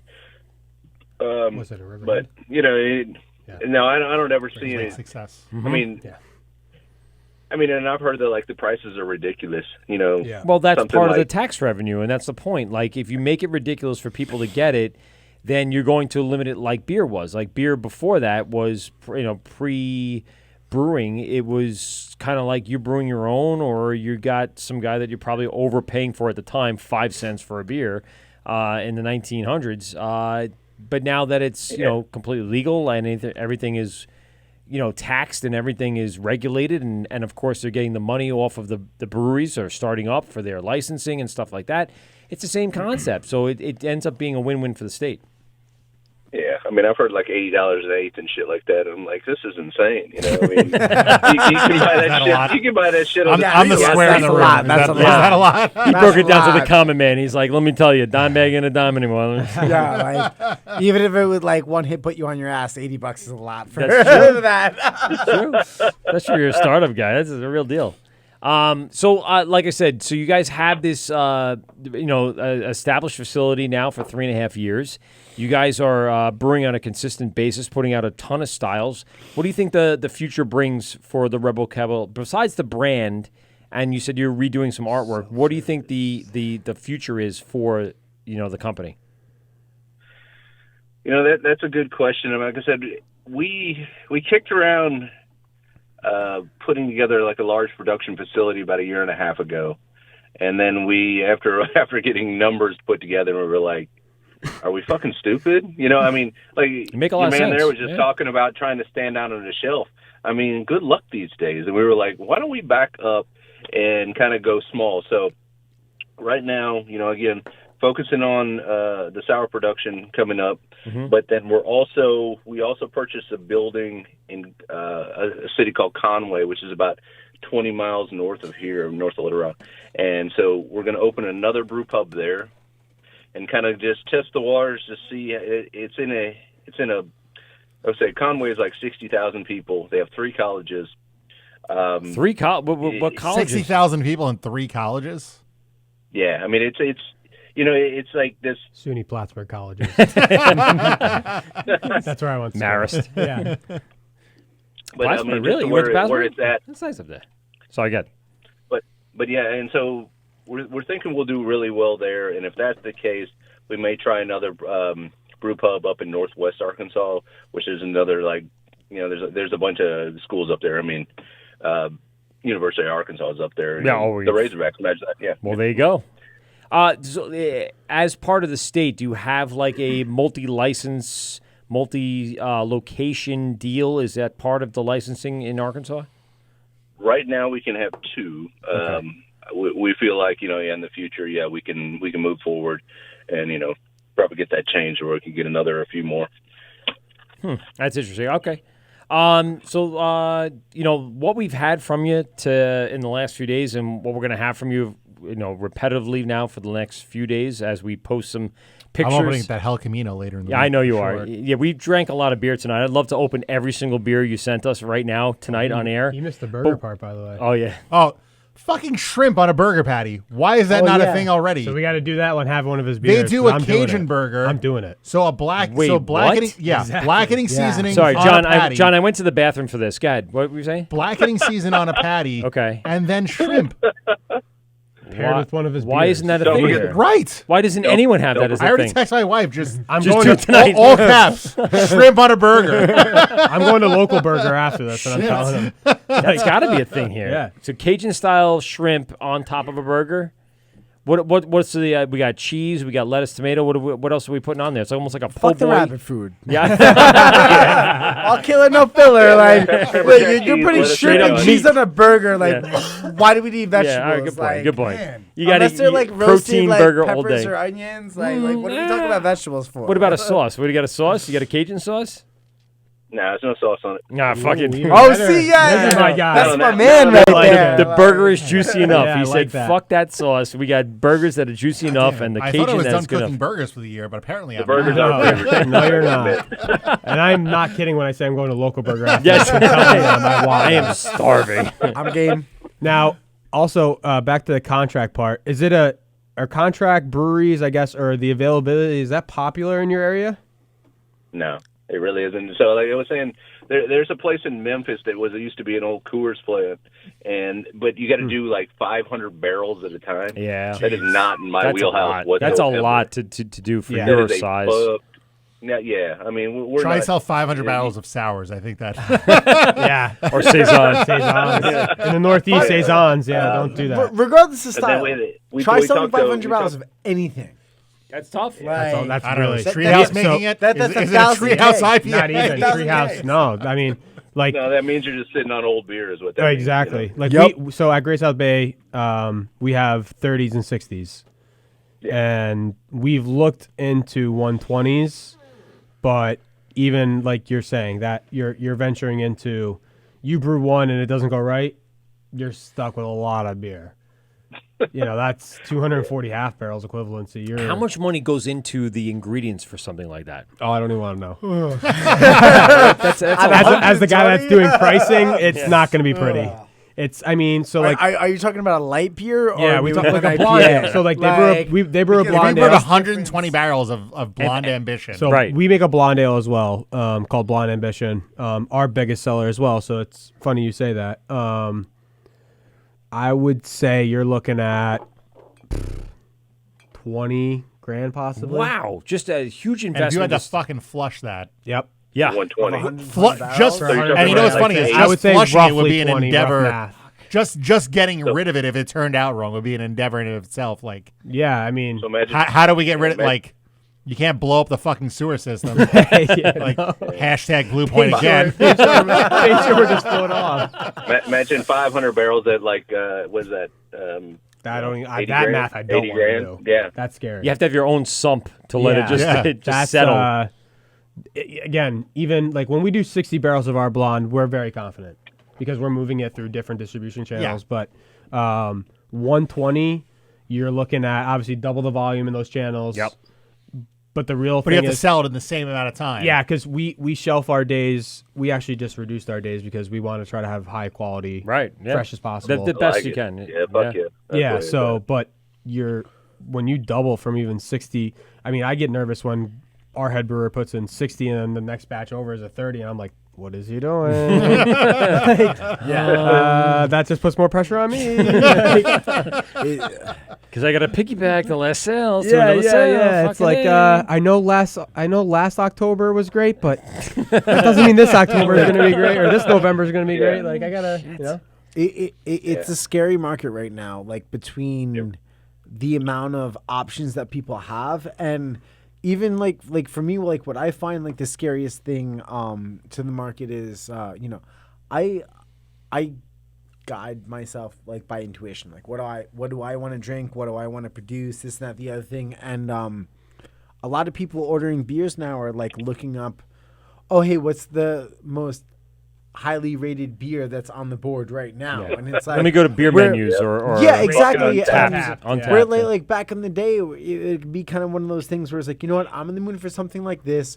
Oh, you know what, like this beer over here has like these ingredients that are really like calling me right now. I'm gonna order this beer. Whereas like a lot of people now are like, they're literally like their choices are being guided through like these apps. And yes, it is. Is it scary? Just realizing like you know what's in your beer. Like 10 years ago, just knowing like what hop varieties are in this. Once you knew that, it was like double. I know the whole beer. I know how to brew the beer now. Yeah, it's got nugget in it. We don't base it on our own. Nowadays, too, Yeah, like, we don't base it on our own money. opinion. Yeah. Whoop, there it is. Sorry. You But play like quarters even over nowadays, that. like you'll spend a lot of money on like this like hot shit hop that everybody's talking about, and then you'll be dropping it in your tasting room, and people will be like, "Oh hey, like what's this like hop or whatever?" And it's like, dude, I like spent all this money on this like fancy hop because like I thought this is what you wanted, and even It like doesn't a lot of, sell the like market, that. Yeah, like even a lot of the market, sometimes you still have to like continuously guide through. Yeah, which one? That was the cherry one, right? Yes. Okay, yes. yeah. Let's Now, out of curiosity, also, what I guess large breweries or even medium-sized breweries in your area do you fight with? Is it like, are you against New Belgium of the world? Are you against, what's in the marketplace in your area that we probably won't be able to get? And the thing is, like, we probably fight more with our, local, because we're on. So, I mean, again, our main focus is a brew pal. I mean, that we sell most of our beer right there. Yeah. And so we're just trying to bring people in. Okay. As far as out in the market, you're going to see the blonde ale mostly, which that competes with. There's a couple other breweries in town that do similar things. Really, only two, but. So we'll come. That's big, I guess, competition for us on the blonde, and then our IPA is out there, and Lagunitas is the fucking comp there. Okay, wow. It So you don't. seriously is. There's really not that big of a presence in terms of even like you have. I'm assuming No. you have regional, statewide. Yeah. Do you have founders of the world? Do you have? You have all. So of Founders course. is here, Dogfish is here, but You have obviously who is it? Sam. You Top have. and Goliath. Top and Goliath, that's a big one. I Oh think. yeah, of course. I mean, they just entered our market. Which one? Top and Goliath. Well, no, they just entered ours is the thing, and they were big for a while, and then we had Like old shit that was sitting on the shelf. I mean, Toppling Goliath. Yeah. Oh, Toppling Goliath. I'm sorry. If I pronounced it correctly. Yes, no, I got it. Yeah. They're. I'm just trying to pick big, like IPA guys. Yeah. No, of course. No, I mean realistically. Is there another type of beer? Yeah, like do you have? Are there I other? thought we only drink IPA. Are there other? Wait a second. I guess craft breweries that are in your area. So like for us, for example, on the island, again, sales guy here. There's I think how many licenses? 60. Yeah, it's close. It's up there. Yeah. There's like something like yeah. There's like 60 licenses and basically 30 by 70 radius. Yeah. Box. If you want to say like mid Long Island, Yeah. the biggest part, green part, Thank you for and laughing. then you also cover. Yeah. Let's say you cover. Montauk, Port Jeff to Manhattan is 72 miles. Yeah. So Oh, wow, that there you exactly. go. So you're. Yeah. Wait. Port Jeff to Montauk. No, Port Jeff to Manhattan. Right. So we're talking Exactly. miles. Yeah. So let's just Montauk's say a good ways. Riverhead, Yeah. Riverhead to Manhattan. All But right. either way, we're talking in not a very large area if you really think about it. 60 plus breweries that whether they distribute And more on the way. Exactly, and we have another one. Ghost will be opening relatively soon. That we fight for not just shelf space, but we fight for, like you're basically discussing fan base. Yeah, relativity, just being relative, being popular, being I want to say the hip spot. It's like we've discussed the buzzwords, and again, for us, it is New England IPAs. Maybe not for you, but it's very interesting to hear that because, again, no, we're trying. We're trying. It's odd to hear a beer market that's not built around hazy IPAs. Like, so let's go up and down the East Coast. It's refreshing to hear a beer market not built around because that. again, like we're jealous. We are because again, we off the air we spoke about. Go ahead. Sorry. No, I was going to say, like, if there's probably one thing we're known that kind of sets us apart from the other breweries, it's probably fruited kettle sours. That's awesome. Yeah, that's great. Yeah, and that's we were fantastic. like, those are gaining in awesome popularity, to hear, though, I too. think, Yeah. too. No, absolutely. Yeah. It's just, I guess it's so odd for us to hear that New England IPA isn't. I feel bad. Like, I feel bad bringing it up 40 times, but it's what do you mean that's not popular? It's crazy. It is legitimately. To be fair, I feel like the sour is like one of those like few categories like where we are now is like where we could capture some of these like a lot of these like more quote unquote like new money palates where it's like they're looking for something different. I'm not to say that they're like low calorie or light or like this, that, the other thing, because they aren't, but like where they're looking for something new where we could kind of like express like, hey, we're gonna do this sour with this thing, that thing, and the other thing, and like this is beer, but it doesn't taste like beer like to those other people when they're drinking it. All of a sudden, if we could like give them something that's actually properly presentable, not just like, oh wow, this is like throwing face. a pack of Right, like Sour Patch Kids in your mouth Yeah. all at once. Like, Oh, yeah. No, but like something like actually proper, like that's the thing, and it's about like guiding that palate like into that like next generation or evolution or like. Well, that's exactly it. whatever you Like I wanna was saying, call it. you're going to rope them in with the blonde and the lagers, the standard styles that people are used to. The same thing and we then you're do. going to hit them right. Exactly. Same thing Same we thing do. everyone's Yeah. doing. Same thing we do. What's interesting is that here on Long Island, John, we have all these breweries, but yet there's some that operate within their small community. There's some that operate a little more like regionally, like Suffolk and Nassau County. And then there's some that operate more statewide and even like East Coast wide. Mm-hmm. So it almost is like, depending on the size of the brewery, it depends on the audience. So like we said, Great South Bay kind of reaches out beyond a little bit of New York State. Like you said, you're kind of reaching into New Jersey and the Connecticut area.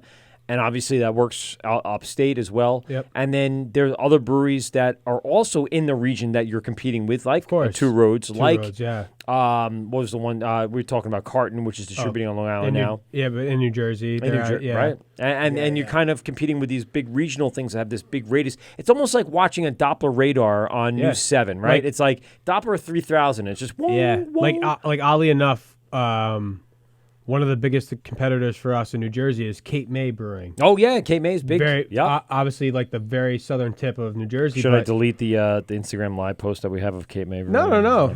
But no, it's very odd because obviously when you enter those new markets, and no one's really heard of Cape May locally. Exactly. No one here has heard.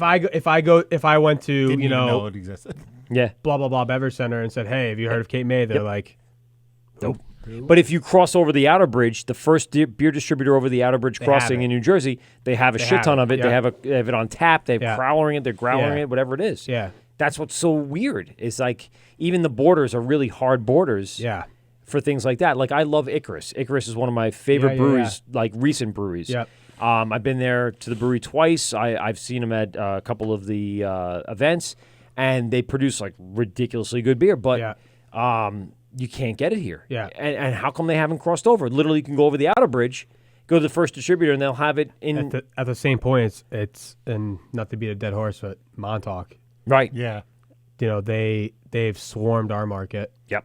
And I'm sure in Arkansas there's probably a brewery like that, but it's just odd how some breweries, and at the same time, it goes to show when you enter a new market, you better have a plan because. And it also shows the if saturation you're gonna point. have your ass handed to you. You're gonna get a rude awakening. And the saturation point of our East Coast, so we're so condensed here in the Northeast, as opposed to like let's say Arkansas, where John is, that he's only competing with even the bigger boys that we are also competing with, but we're not also then at the same time fighting the cartons, the two roads, the other things. That's what's fascinating to hear is, it goes from founders to like they're guys that are 5 miles away. Yeah. And like there's nothing in between. Fascinating to me. It's not like down here or even upstate New York or Mass, Connecticut, Maine. It's Rhode Island. Yeah, like Jersey's it's up here to Arkansas. So the funny thing that we've seen, so we've had a lot of regional breweries, say like from Louisiana or Missouri, that try to come in. And what's the one in Louisiana? Abita. No, not Abita. Speakeasy. Abita. I think Abita's still here. What's the one that does brown note? You ever seen that beer? No, Against the Grain. Against the Grain. So they're in yes. They're in Kentucky. I've actually been to the brewery. Okay, yeah, Louisville, Kentucky. Yeah. Correct. They're actually. What's funny is I've been to the tap room. I was on a trip for school, and we go to Louisville, Kentucky. I was in there in 2015 and 2017. Okay. So like our Duck Stadium here on Long Island. So Proud picture sponsor. the Duck Stadium, but then there's a brewery in the basement. Interesting. That's Against the Grain. Wow. Yeah. Well, and they tried. I guess I shouldn't say infiltrating, but they tried entering our market. And as a brewery that I know, they're extremely popular. No. Yes. Yeah. They're all over the place. But for whatever reason, in New York, they just haven't seemed to stick. Really? Because I've done Brown Note. That's the one with the guy with the pants like he shit himself. With as many local breweries, how can they even compete? That's the thing. Well, that's the thing. It's I think a lot of breweries, and that's why I was kind of discussing, at least for even Great South Bay, is when we entered New Jersey.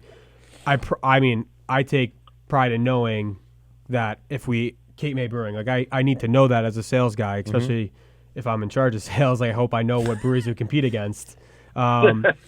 I think a lot of these breweries that once they reach, like, say Great South Bay was to go to the Midwest or South Arkansas, Southeast, whatever you want to call it. Yeah, you're entering a whole new realm that I don't think people have fathomed. Especially like we talked about, not to brag, but we kind of think that Long Island, due to our density of breweries and New York City's we're density, the shit. We do. Well, we do think we're the shit because we have so many breweries and so much good flavor that the ones that kind of have risen to the top, like Great South Bay, like Long Island, like Blue Point, we should basically kill anybody else that comes into our way. But yet you step out of state, like you're saying, and it's a whole new. It's nuts. It's crazy. Yeah. You know, but it's fascinating to hear, especially like I said with Arkansas. It's just so weird. It but is also fascinating. Well, this is why we do take calls from all over the world. That's awesome. Really, honestly, the world. And we've had people from Canada telling us about the beer scene up there, all the way down to out west. And it's interesting to hear what's going on out there. It gives us a really good perspective on the United States scene as opposed to just our local scene, because we're so wrapped up in what's going on here locally and regionally that we forget to mention that there's so much other stuff going on and what they're fighting with and what they're doing. And, John, what you guys are dealing with is a totally different vibe than what we're dealing with here in regards to saturation points and styles that people are flocking to. You're actually pushing, IPAs as opposed to us trying to go as, like old school there brewers. There are other types of beers. There is something else other than an IPA. He's expanding palates while here we almost have to reduce them. Back to status quo, right? If you're not, like I said, if you're not making that New England IPA, or 6, or a Galaxy, a Citra, and Mosaic. The only brewery I think, I was talking to Scott from Long Island. He was saying they on principle don't do any New England style IPAs, and I can't think of another brewery that doesn't. Because most aren't established like that. Yeah. He will be, but that's the thing. Like the New England, the Full Circle one was a New England IPA with New England Brewing Company. New England Brewing and Company. And so he definitely does them. I mean, if you look if you look at Baylor, that's riding the cusp of it. Baylor. I love Baylor. But there's other ones that he's done that definitely have kind of jumped out at me, and I'm like, oh, that's kind of like a New England, but not really. He doesn't call it, but they add something else to kind of throw it off. But they're still trying to capture the market like everyone else is, because everyone else here on Long Island, John, is IPA fucking crazy. They're crazy. One of the things with opening up Ghost too is just like I'm not a fan of hazy IPAs at all, like New England IPAs. Like every now and then, like I'll find a beer that like one that fits in that style that I enjoy, but in general, that's not my jam. For all the shit talking I've been doing, I love a good hazy IPA. Me too. Like, me too. But at the same time, like, I am that hazy boy on a lot of days. Me too. I need to provide one. You absolutely do. Like one and like if you want to keep the doors open, you absolutely have to have 5 bread hazy and butter boys. to eat dessert. I'll be the first person to say that. But like I spend a lot of time like kind of cultivating like my recipe, and when my first ever like hazy IPA comes out, I'm gonna be able to hold my chin up high on that one. I'm sure you will. Life in and Fate that's 4. the thing. What was that? Life in Fate 4. but that's the whole thing though, is that like at the end of the day, sometimes like even as like a brewer, like sometimes as an artist, like you need to like show people what they actually want as opposed to what they think they want. Sometimes you have to give them what they want, but you need to do it and still keep your chin up high. On like the East Coast Ghost, I'm very confident that like I can't wait to watch those like first ones get poured and the reaction. And like I said, like while it's not a style that I'm in love with, it's a style that I'm confident that when that first beer drops, everyone's gonna have a Kool-Aid smile on their face. And that's the main goal. Now, do you plan? And I know you said that they might not be popular in your area, but do you think it's a growing field? Do you think it's something you're trying and you're hoping it grasps, or do you think it could possibly just be it's not gonna land? That's a good question, because I think that's something like they don't know what to expect exactly. from. Right, you don't know what. I'm trying to think of the beers that are out there on the national level that are trying to kind of get there. So like, we have Little Hazy from Sierra Nevada. Yeah, Sierra Nevada. Who else is in that? Yeah, that one came out last year, CD. right? So Voodoo Ranger, maybe yes. Is Voodoo Ranger a hazy? Even just like geographically, like but it's like an imperial, but it's still like in that IPA range. Yeah. Sorry, Paul, what were you saying? But yeah, I mean, Top and Goliath is definitely in that. Oh yeah, right, correct. Yeah. He was saying toppling Goliath, like fighting Phyto Sue or whatever it's called. I think Oscar Blues has some things that are similar. I didn't even fathom that. No, in their area. See, like up here, but Oscar Blues like isn't really I haven't seen Oscar Blues in a long just time. the straight. That's a great beer though. Oh, absolutely. But I will take a Nitro Chub Ale. They were actually at the Great Beer Expo. Oscar Blues. Really? Yeah, right. So exactly. Man. There's so many things that like Shipyard was there. There was another they one were like right next to us. Yeah. Right. There was another one that was there. I was like, oh, I totally didn't even walk by it. Like I didn't remember it was there. But as I'm leaving and breaking down, I see the Oscar Blues fucking huge can blow up, and I'm going, oh fuck! I didn't even bother to see what they had going. Yeah. But they had, of course, their standard, Oscar Blues pale ale or whatever they had going. Gotcha. But yeah, so again, sorry to interrupt. Do you think? No. I mean, again, I'm trying to think of what people are drinking when they're not drinking local stuff, because we literally, like our neighbor is they're called Lost 40. They're the largest production brewery in Arkansas now. Oh wow! And they produce one. Oh, which one is this? Oscar Blues? No, which one? He said Lost 40, I believe. Lost 40. Lost 40. Yeah, and so they're. That's kind of cool. I hate to say that. They're. You want to change Ghost right now? Just rebrand everything. Nope. Lost 41. You say that Got you.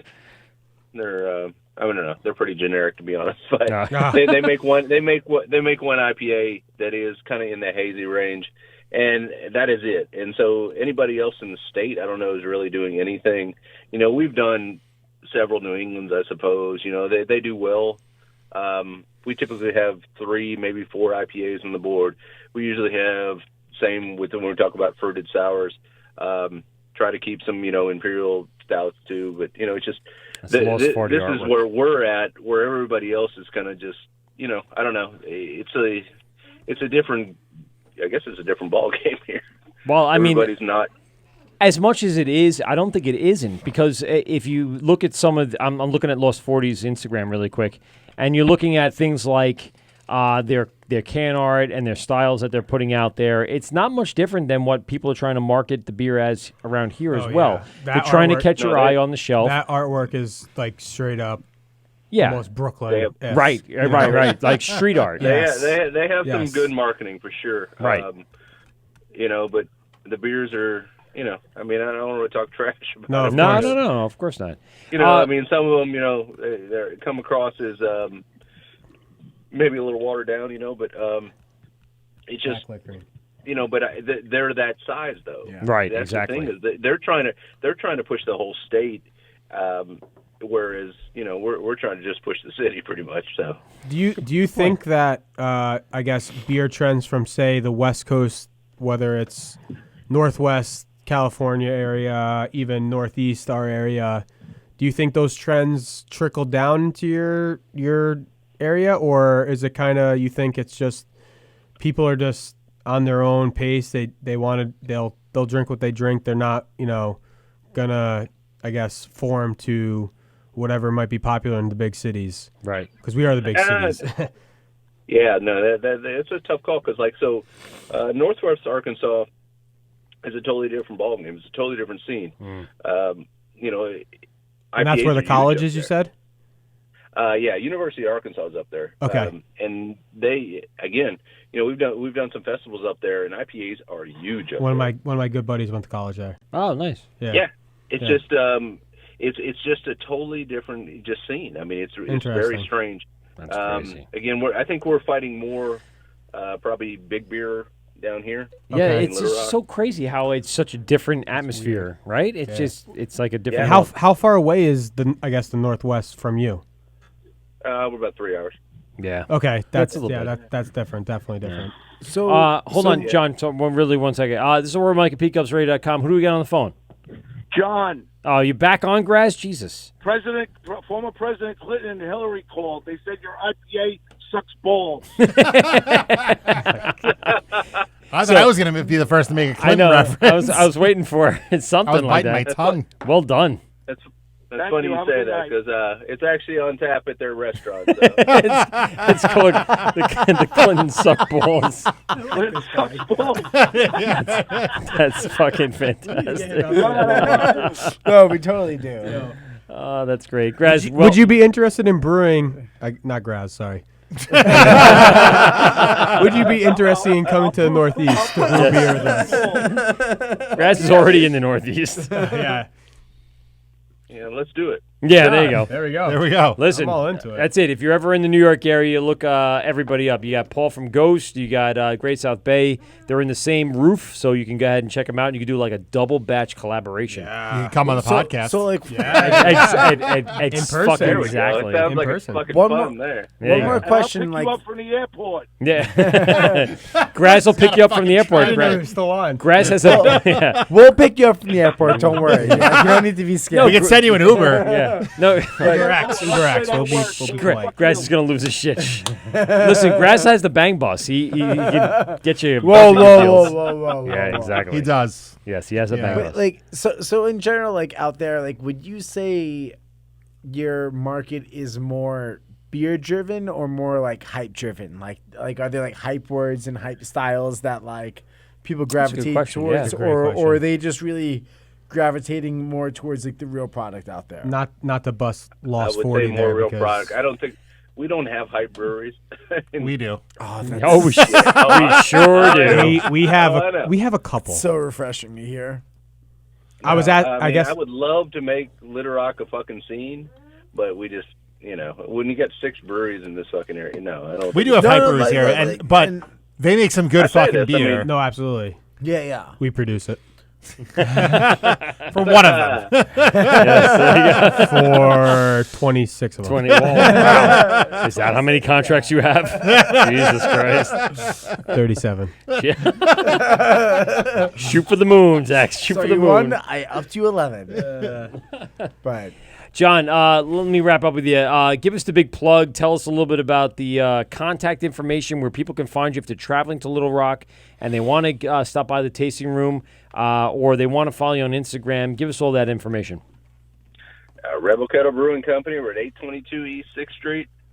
Facebook, Instagram, Twitter, everything there. Dude, RebelsKettle.com. the fact that these fucking labels aren't on store shelves to me is ridiculous. Right? That's I'm actually quality fucking branding. I'm going to follow you on Instagram just to see what they look like after. So Zach on the side could sell your brand here to the New York audience, no problem. I'm fucking scared of store shelves. I'm telling you.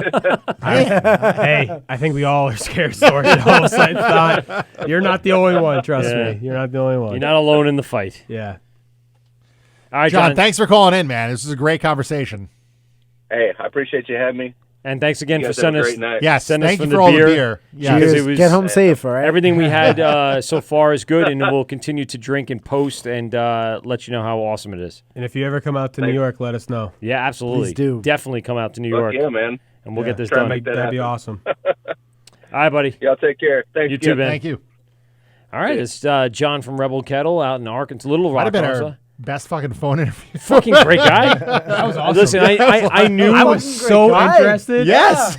I was like, I could have been a total sales geek. Yeah. I could have asked like 40 questions. I would have had a whole notepad full. There's like, so much stuff that's so different, and we can amazing, go to too. Minnesota, we can go to You North name it. Dakota. It Yeah. doesn't matter. We're gonna find little interesting stories and these little startups that are trying to get their area, their community, their region to kind of buy into whatever they're trying to buy into. Because to us, like we've beaten the dead horse. A Right. New England IPA, if you don't have it, right, or you at least don't one off or whatever it may be, you're playing with wildfire almost nowadays. It'd be making a statement to not offer one. Oh, 100%. Which is odd. It's By almost making like a statement. You mean shooting yourself in the foot? Yes. By making a statement, I mean like not being in business for a year. Nope. For lasting only 6 generous. months. it is. I mean, it is amazing to just hear. It's crazy. One, the hospitality was amazing. Oh, such a gentleman. He is. It's crazy. Here we are out of state. Speaking of a southern gentleman from out of state. So I was And seriously though, hospitality. shrimp on a fucking burger. I don't like. You had me at shrimp on a burger. You I've guys done think pulled I'm joking? pork on a burger. I've already and texted. that seems like I've already texted the owner of Local Burger and said, "Hey, Twice. Here's what we're doing. I'm pairing Jetty. You have Jetty on draft. We're pairing it with that." That's fantastic. Yeah, it's the minute that he contacted us, it was like, hey, so pretty cool podcast. He listened to it before, Nice. and I said, oh, that's very cool. I said, I'd love to just call in. He goes, well, how about I just send you a shit ton of beer, and then I'll call in. I go, okay, and that was it. And it was like, just send me your address. There was no like back and forth. Like, let me make sure you're real, legit, Sounds whatever really it is. complicated. No, it was, and within a week later, I had a beer at my door. That's the real deal. That's someone that's really trying to get their name and their brand out there. I'm still surprised he's not like the branding, like the can art. I honestly wanted to be like, Seems listen, like- keep those labels. Yeah. Yeah. Oh, no. I wasn't going to be the don't guy know. to say that, but Yeah. I wanted to. Well, now you are, because he's going to listen back to the show. But I still. love those labels, man. Yeah. Can we steal Yeah, them dude. from you? Keep them going. So there's a They were great. Yeah. There's a brand out there. I don't know who. Don't quote me on this, but I think it's like Travis Barker or something like his collaboration with one of the rappers or something, and they did Similar artwork? a similar artwork, Maybe and that's what that it is became then. so popular. People were doing it for Halloween a couple of years ago, and really doing that look.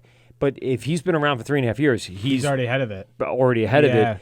And whatever that is, it's such an eye catcher on the shelf. Well, when that came to my house, I went, "Holy shit! This fucking looks." I will dope." say, even like the Great South Bay name is trademarked. Right. Like we do it, obviously on purpose. Like we want to keep our name. Correct.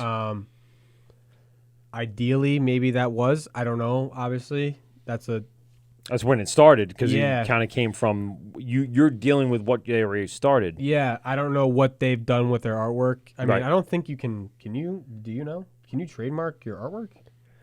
Probably If not. it's original like drawings, maybe Some things, yeah. Some things, no. It's like if someone copied our new artwork, I don't that's a think we whole could lot. really do anything. I think you could try to send a cease and desist from a lawyer, but Yeah, in that'd be the a end, good question for a lawyer. But It's Well, all here- about having. here's what I know about I mean, creative. Dubco's kind of tempting fate with the dub light thing, Right. So. And they well, they they've continue. They already got the cease and desist with the. Whoops. Yeah, diss dubs for we you. had Chris. No. Oh. What's the one with the rapper? Oh yes, Dilly Dilly. with the one where they put the smiley face over it. Yes. Fuck, he told us it last Old time we were Face here, Killer. and it's still in the shelves Yes. too. It's still out Yeah, there. Which one is it? Old Face Killer. Yeah. Oh yeah, Yes. Ghost Brewing Co from Wu Tang. It Yes. was a Wu Tang. Yeah. Oh, Sorry. okay. Yeah. We had Chris on, and he Oat- said he was oat-faced. hoping that Oat-faced. fucking Yes. that AB would sue him. He's like, I'd fucking it's a I'd love it. marketing It's ploy. exactly. Any that seems like a great If he did- business opportunity. I'm not going to be the one to speak for him, but in my eyes, I hope that happens. Yes. All of the And I things. can post saying, "Hey, AB doesn't want us to do this." Right. You know? Well, I'll say this. Anytime you come up with a concept, the minute you come up with it, it's technically copyrighted. It's a matter of being able to hold that up in a court of law. I gotcha. So if you come up with any sort of artistic experience, whatever it might be, whether it be lyrics, whether it be I music, was whether gonna say, it 'cause be artwork, this is a big music kind of thing almost. in a sense, Yeah. that if you do that, then the minute you do it, it's copyrighted. Okay. The only way to We have to officially document that. Well, you do, and there's a Library of Congress, which you have to send proper documentation for it. But in a court of law, the way you get it expunged and really quickly in your favor is if you have it through the copyright law. Otherwise, you have to go to court and spend the fees and everything to do it, but you could still prove it as long as you have documentation that it was done prior to them releasing it or doing it. And this So is if you why have- we have the Davises. Right, exactly. So you don't have to worry about it. Once they get through the proper copyright laws and everything's what's the logistically, I forget the word, the trade TM, it stands for what? Trademark. No, but it's not that. It's what's RM, what's RT. I don't know, whatever it is. It's the minute you come up with a Russia creative license. It's creative licensing. The minute you come up with a thought or a process, then it becomes copyright, regardless if you have it in the Library of Congress. It's a matter of proving that. Yeah, because If you have it in the Library of Congress, then it's proven. when we come up with new beers, we do a lot of research. I would assume so. Because There's several times where if we come breweries out with have an- the same like, name you know, for a if, beer or like when something, we right? came out with Therapy's a new beer of ours about 2 months-ish, maybe Right. 3. You got to prove that that's an original thought. Like we're not going to risk, coming out with a whole new line of beer that possibly one day is just ripped off the shelves. That's the worst Why thing that would could you happen do that? to Yeah, us, that'd be crazy. Especially if it catches on, like we knock on wood and anticipate.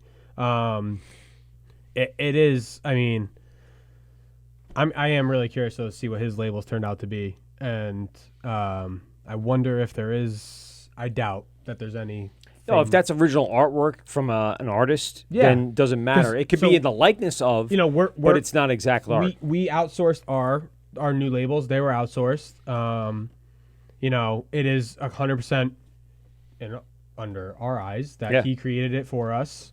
And it's a complete rebranding, by the way. I mean, 100%. We got A total 180. We got rid of a lot of the cartooning, and went to just a standardized label across the board. Different and we're using coloring. colors Yeah. to define renamed which a couple styles. of the beers too. It seems like So we tried. Well, to... you've kind of underscored the name. 'cause Exactly. You still have Blonde Ambition, but it's just a blonde ale. It's almost like a 50-50. We didn't want to disregard the name of the beer. So Jetty. Those people that have been drinking Blonde Ambition or Jetty Exactly. for 10 years. We don't want them to lose that aspect. Correct. And mind you, as I said, that the actual logo on our old cans is now shrink to like a 2x2 inch. Yeah. But still, and I honestly, I'm going to say this: the Great South Bay logo, it's hard to find. It's so new. To do the poster that I did for the Instagram today, Oh, yeah. I had to go find like an old one, cut Yeah. it out, because that, and then kind of tool it to Retool make it. it, because now it's white. There's no outlining. It's white, red, white, and then it's Yeah. red, yellow, red. Yes. And that was hard to find No, because absolutely. that's so new. Yeah. Yeah, if you look at it, And like if- even this, like that is the new logo. Yeah. It used to be Great, but with a black outline. Yep. South with a black outline. Yep. But white. Everything was white Everything lettering. was white. And then it was... they had the nautical flags at the bottom. Correct. So, funny story is when I first started, literally my first week, someone walks up. I'm at a beverage center, and they walked up to me, and they hold a can in front of me, and they go, "Hey, I got a question." And I'm like, What the fuck is this? I'm like, "Oh boy, this can't be good." And the guy goes, "What do these flags mean?" Mind you, like I said, I'm from Saratoga area. I don't know nothing about nautical themes or nautical flags. You know, I grew up inland, right? Yeah, like Great Sacandaga Lake. Like other than that, I got nothing. Lake George, but There you go. So They didn't hold flags up at the so he yacht goes, clubs on... He goes, "Hey, what do those flags mean?" And I'm sitting there like, "Oh God." I mean, I've only been on the job for 2 weeks, and mind you, fake it until you make it. I try exactly, but I like to go into things prepared. You know, like I try to be well suited and not have to worry about answering like an idiot. He caught you on a curveball. He caught me, and he caught me with my pants down. Yeah. And it was he goes, so what does it mean? And I said, honestly, sir, I just left, or I just moved down here. I'm not really sure. He goes, oh, it means 2009. So those flags stand for 2009. Right. So after that, it was like the second week I got asked that. I basically got asked that once a week, every week since this date. Honestly, people ask me all the time. And you're sick of answering it, aren't you? And it's like, why is that on the label? Why is that on our logo if no one can answer that question? It's fair, yeah. That one guy answered it for me. Right. But ever since then, I've been asked, and no one knows the answer. Does anyone the ownership? Do they know? Okay. Yeah, there was a reason for it. They didn't tell anybody. Yeah, like when I first, like I just thought that was our logo, and there was cool nautical flags on it, and it looked nice. That's and what I would have thought. When we redid it, we were like, listen, I said to him, I go, listen, no one knows what that means, and they said, okay. Did like, you? Yeah. It's gone. Like, let's make it a square. So let's talk about the logo that you have in your shirt. So everyone on Long Island knows, like Wantagh Parkway, Meadowbrook Parkway, all of the state parkways have that same layout. And so what you did was you basically put together that concept to tie it into Long Island lore. Yeah, and like we've discussed, but like this logo, Long Island people will understand. Absolutely. Like, this won't be distributed in New Jersey.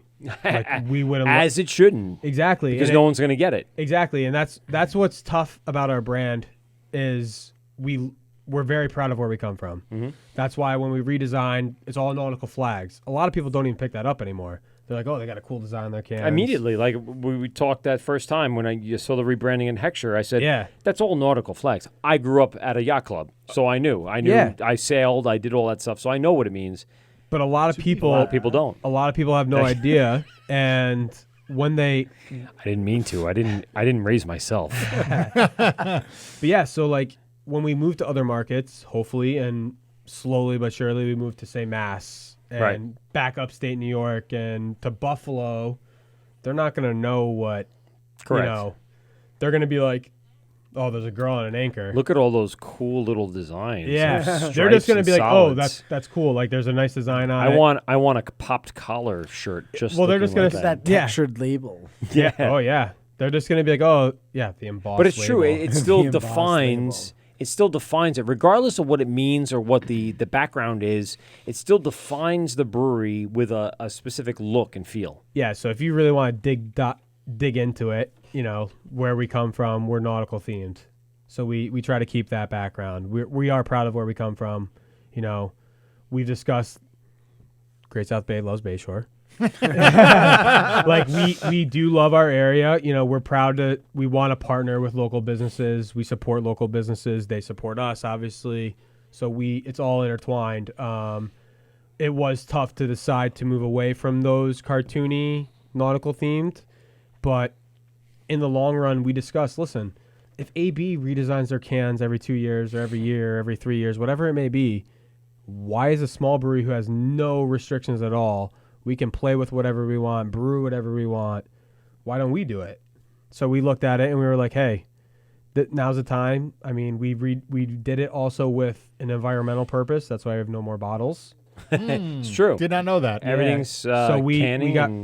We are strictly cans now. So basically what happened is it's also better for beer too. Yeah, absolutely. So yes, but a lot of people don't understand that still. The consumer is still learning, I think, in terms of that aspect. I don't know. I think you've that's already, a beer nerd thing. That's a bit. Well, it is, but I think you've definitely overcome the initial like that tin taste. Yes. Yeah. But still, that part's gone. Yes. But it's still like a huge hurdle. Bottle, in general, like I prefer the extreme bottle. craft community. It's still a huge hurdle to lie. And I'm already out of it. I'm already like initially when I was doing the conversion a long time ago, I was like, but now that I'm here, it's already in my brain. Oh, absolutely. Kind of negated out. Absolutely. So now I've already, like I've out-of-phased it by 180 degrees. Yeah, it's kind of makes canceled me feel out. silly for having a bottle opener on my keychain all the time now. I'm like, Right. I don't really need this anymore. Or handing out a bottle also opener. to answer, that's why Great South Bay doesn't make bottle openers anymore. Correct. So if anyone's asking, that's why we don't make That them. is it. We don't serve that anymore. But yeah, so when we did the redesign, we obviously looked into redesigning our cans and bottles at the time. And then we sat there and we said, listen, again, we come from the Bay. We support the Great South Bay. We're actually looking. Your name is a fucking And body of Bayshore. water. Yeah, And Bayshore. I don't know if I mentioned that. And we actually are looking to partner with the Great South Bay to in cleaning aspects. It's an awesome idea. Yeah. So when we looked into Did you think about buying oysters? and shucking them, serving them, and selling them out of your tap room. Yeah, okay. Someone does that. But I don't know who does that. That's crazy. So when we were looking at the redesign, it was for a bottle and a can at the time. Right. We had both designs ready to go. Same thing, just for a bottle, for a can. Yeah, just slap the label on the same. And then we sat there, and one of the marketing guys, and he does a lot more for us than this marketing, and the ownership, we sat there and we were like, hey, if we're gonna do this, let's go full board. Let's not saying half-ass it, but let's make a big change and for what we think is right for our area in terms of when you recycle cans, this can is basically all 100% recyclable material from recyclable material already, and going to be recycled right afterwards. You're 10 times more likely to recycle that can also. Correct. Absolutely. And then also when you ship glass versus tin, the cans. You're I think it's 4 times the weight or something like that. You're really? Shipping. Wow. Yeah, so that makes sense. Yeah, it's a lot of, and not to a get 12-ounce aluminum can weighs a lot less than a 12-ounce glass bottle. Exactly, and not to get into the nerdy aspects of it, but your greenhouse gases and stuff. We looked into all of it, and we wanted to make sure when we did it that we weren't just saying, "Oh, we're doing it for environmental purposes." Right. We wanted, but you can legitimately put that on there, actual scientific backing. Right, and there's business element to it as well. So Yes. it all makes sense in It's all three realms. inclusive, and yes, we're not going to say, "Oh, we did it expecting, we saved $10 billion." No, that's not true at all. We didn't do it just for cost purposes. We did it for the whole inclusive aspect. We wanted to help the environment. We're a locally Bayshore, Yeah. So it just worked out. It was perfect timing for everything Brilliant. to occur. It's brilliant. Question: are the in-house beers? Are any of them going to still have that cartoonish, something like Marauder or something like? Is that gonna, so all the limiteds like the candelabrum we're drinking right now, right? All of those are gonna. That's basically where we just drank the shit out of that, by the way. Yeah, me too. It's delicious. I just crushed it too. We want to show our. A little bit dangerous. Yeah, that's right. That's what I'm just thinking. In the last hour, I'm like, oh wow, why am I feeling much more buzzed than I did the first 2 hours? Oh yeah, that's the 8%er. Yeah. So we want to. I'm gonna drink more of it. By the way. Basically, even the guy from John, where he had those really cool artistic designs to pair with his really good beer.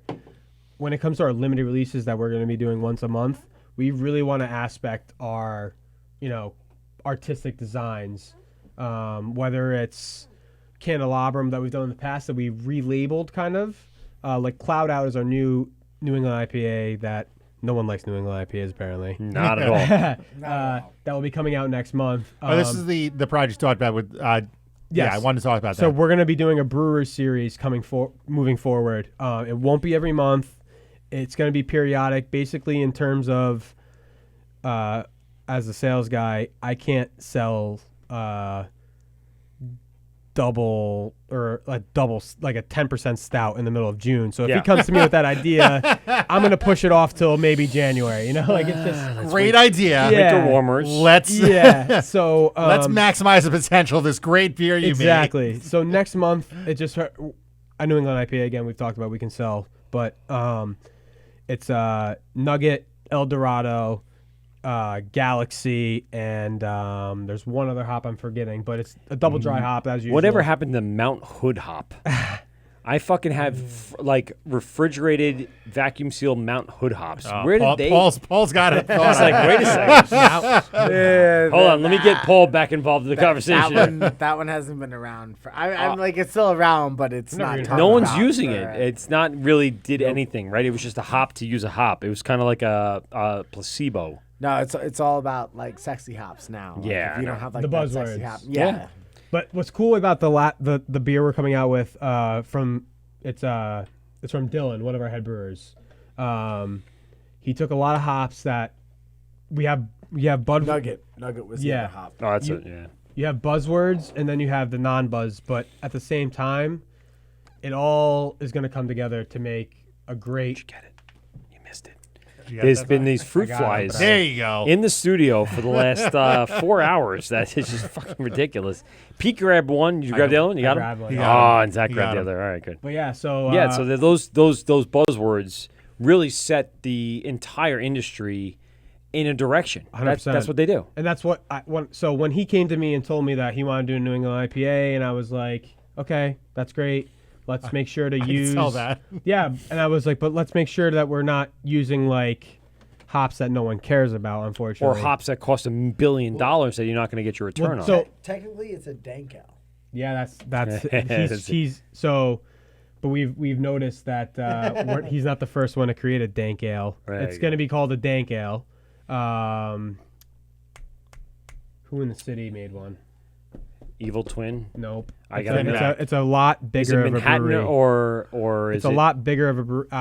Big Alice, LIC, Big Alice would be Basically, before. they Fifth got the Hammer. TTB to approve dank ale as Yeah, an they- official beer. So They come in tall, skinnier cans. Why can't I think of the name? 6 Point. Yes. Yeah, 6 Point, correct. 6 Point makes a dank ale. It's called Shatter. They did like a 6 beer series Yeah. of just super hoppy. So we beers.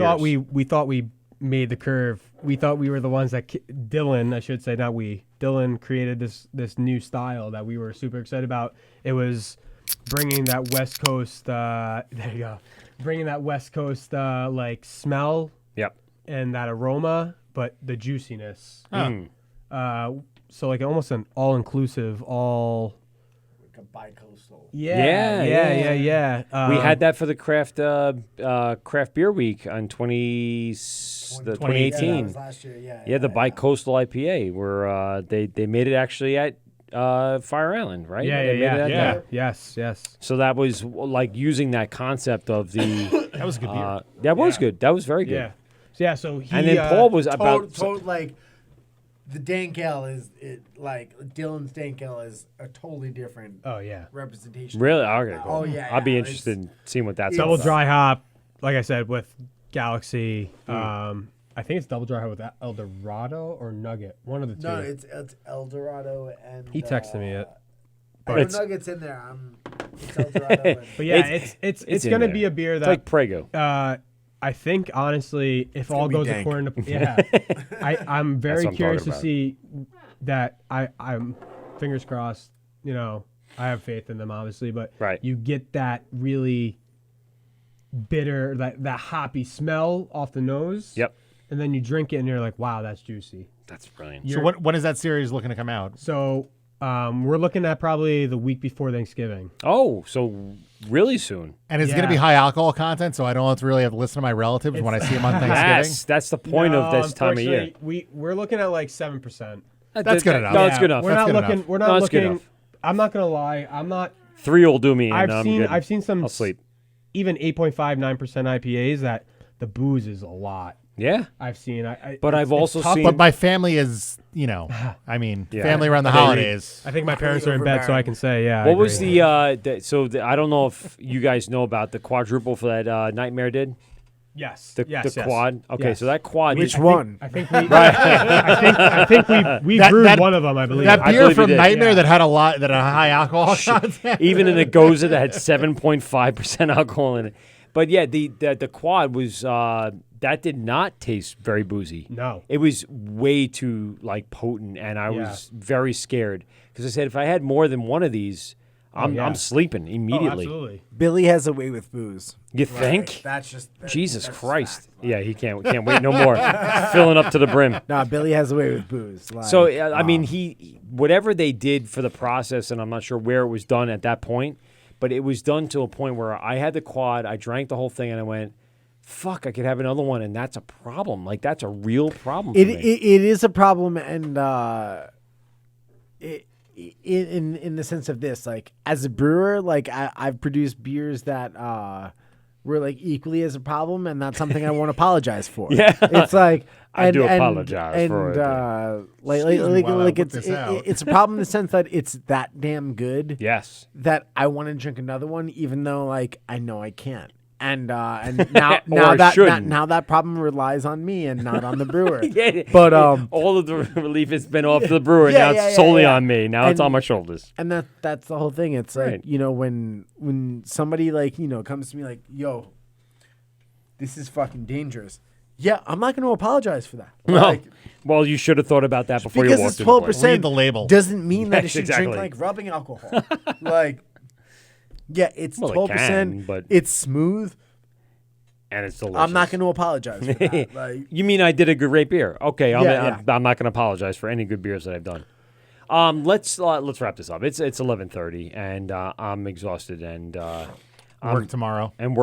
All right, I actually have a superintendent's conference, so I don't really give a shit. I have to deal right. with children's It's fucking- tomorrow, so that's for me, right. that's why it went so late tonight. I don't give a fuck. Anyway, let's start with you, Paul, because obviously you're here, and let's talk about the big things. We talked to you back in July. And now we're getting closer and closer. How far off are you from getting this done? Well- and then give us like the big roundabout what you think you're gonna have for your opening day, and what you're gonna have in regards to an opening time period, or let's say a range of time. What are you thinking for us? well, originally, like scheduling this whole date on the show, I was hoping to be able to come on and tell you that I was opening this Saturday, but that's not happening. That would have been one hell of an announcement. You should have done at 8:25. The state, decided to give us like Sucks, another like right. step State back. sucks. Yeah, it's just been like course lots of they like do. setbacks and whatnot. Like I was saying before, like I've got my federal approval, my town approval. I've got every other approval outside of the state Good. approval to open. Good. Up. I'm glad it's. They're telling us like the end of November now, and as soon as we can open up, we'll be open up. Nice. So I appreciate everybody's like patience and basically continuous like, support and stick to the Instagram, Twitter, Facebook, and keep tracking. You're going to release dates. And, coming like up. we're hoping like very end of November, worst Mm-hmm. case scenario, beginning of December. So okay, taking it from there, we've dumped a lot of beer this year. Fuck yeah. Well, I mean, just trying to get it right. Is that what? No. Breaking Keeping it in the fresh. equipment. Oh, okay. Keeping it fresh. Yes. Like where we were supposed to have this date and then that date and then. Well, you're then constantly the next preparing. Date. You're always on the ready. Yeah, continuously preparing. And getting stuff locked So down. you've brewed batches thinking like, oh well, the approval's right around the corner. Well, I better have this beer ready, and then the rug gets pulled out and from under then- you. Yeah. Like we And you have to drink all that delicious beer yourself. As a neighbor, I'm not exactly that upset about it. Yeah. the drain has drank a lot of that. Yes, sir. Unfortunately. That's unfortunate. But yeah. But well, it's next all time about, call like, us keeping, because we will come over and help the drain out a little bit. I'll help the bring sewer bill. but no, like we're right around that corner. We're hoping like end of November, beginning of December. Oh, good. So you're right there, man. Yeah. We're right. just like That's right, exciting. like right now, like the SLA is at like a 25-week. Like Turn whole, time. like our license has been filed for. I think we're like literally at our 23-week Jesus like Christ. point now. Like so like we're. You got to know room it's is ready. It's coming any day. Like now. it. Do you like, check the mail within the hour every that day? it comes to us? Yeah. It will come down to everybody else. Nice. And Tasting room's ready to go. tasting room's ready to go. We have TVs and we have Egyptian sarcophaguses, like Sarcophagi. Sarcophagi. We have pianos, mirrors. We got tarot cards, fucking Ouija boards. We got everything. Like we're ready to like the amount of like Halloween celebrations and everything else that we were planning on doing. Like it sounds like what a letdown. Hold on. This sounds like a postponed until next Stefan year, like Saturday Night Live bit. It's Like we have midgets and warning cones and I was worried people for him. giving out VJs. Get out of here. There's still someone calling in. God damn it. We're wrapping up. This is the Word Mike at PeteGovsRadio.com. Who do we got on the phone? Paulie! Oh, goodbye. Yo, what's up, Grazie? The state commission just called. You ain't getting your fucking license till March. March! Oh my God. Wouldn't surprise me Fuck at this that. point. But All right, but we'll talk to you later, buddy. Yeah, later. All right, he's got. But yeah, I mean, like literally, it's just like I know a handful of friends that their licenses are literally in the same exact spot as ours. It's just so it's all like in a batch. It's all going to get released in one time. The state is that far backed up. I'm curious. Which is crazy. I'm curious what like how I really would love to be like a fly on the wall and see how that process goes because it does seem like it's just they're some snails. They're snails. They are 56-year-old woman looking like at the end of retirement. You know, Gertrude, I don't know if we're going to approve this yet. Did Don tell you that this was going to... Let's make a couple of phone calls. Yeah. All right, we'll wait till next week. All right. I'm sure that's how it's going. It's just a bunch of people. Job security must be a really great thing where you don't have to worry about 100%. like closing your doors.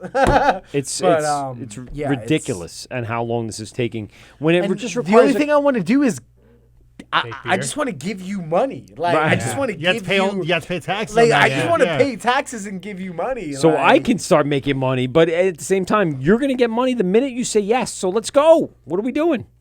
And I know you said a handful. Yeah, like, there's not that many breweries looking to open right now. No. Not as many as there was. No. 6 months ago. There are really like you have no idea. So the guy in Massapequa, the Motion Angel? No, I don't know if that's his name, but Motion. Old Tappin'. Old Tappin's up and running. That's true. Old Tappin' is up and running? Yes. Okay, yeah. Motion in Massapequa Park. Yeah. So they probably have their license in. No. But I don't know that many as there was 6 months ago. Angel's like Twin Forks. They're waiting. Are they there There's still? a lot of people.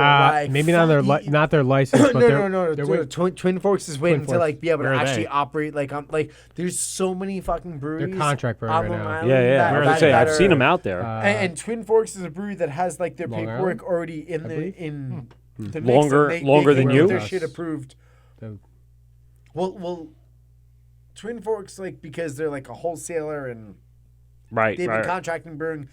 They've had like one license for the like ever, but now like trying to transition to their other They license. can't open a tasting room until they get the other Correct. license, right? It's Yeah, you just need that backed too. up. Like, Yeah.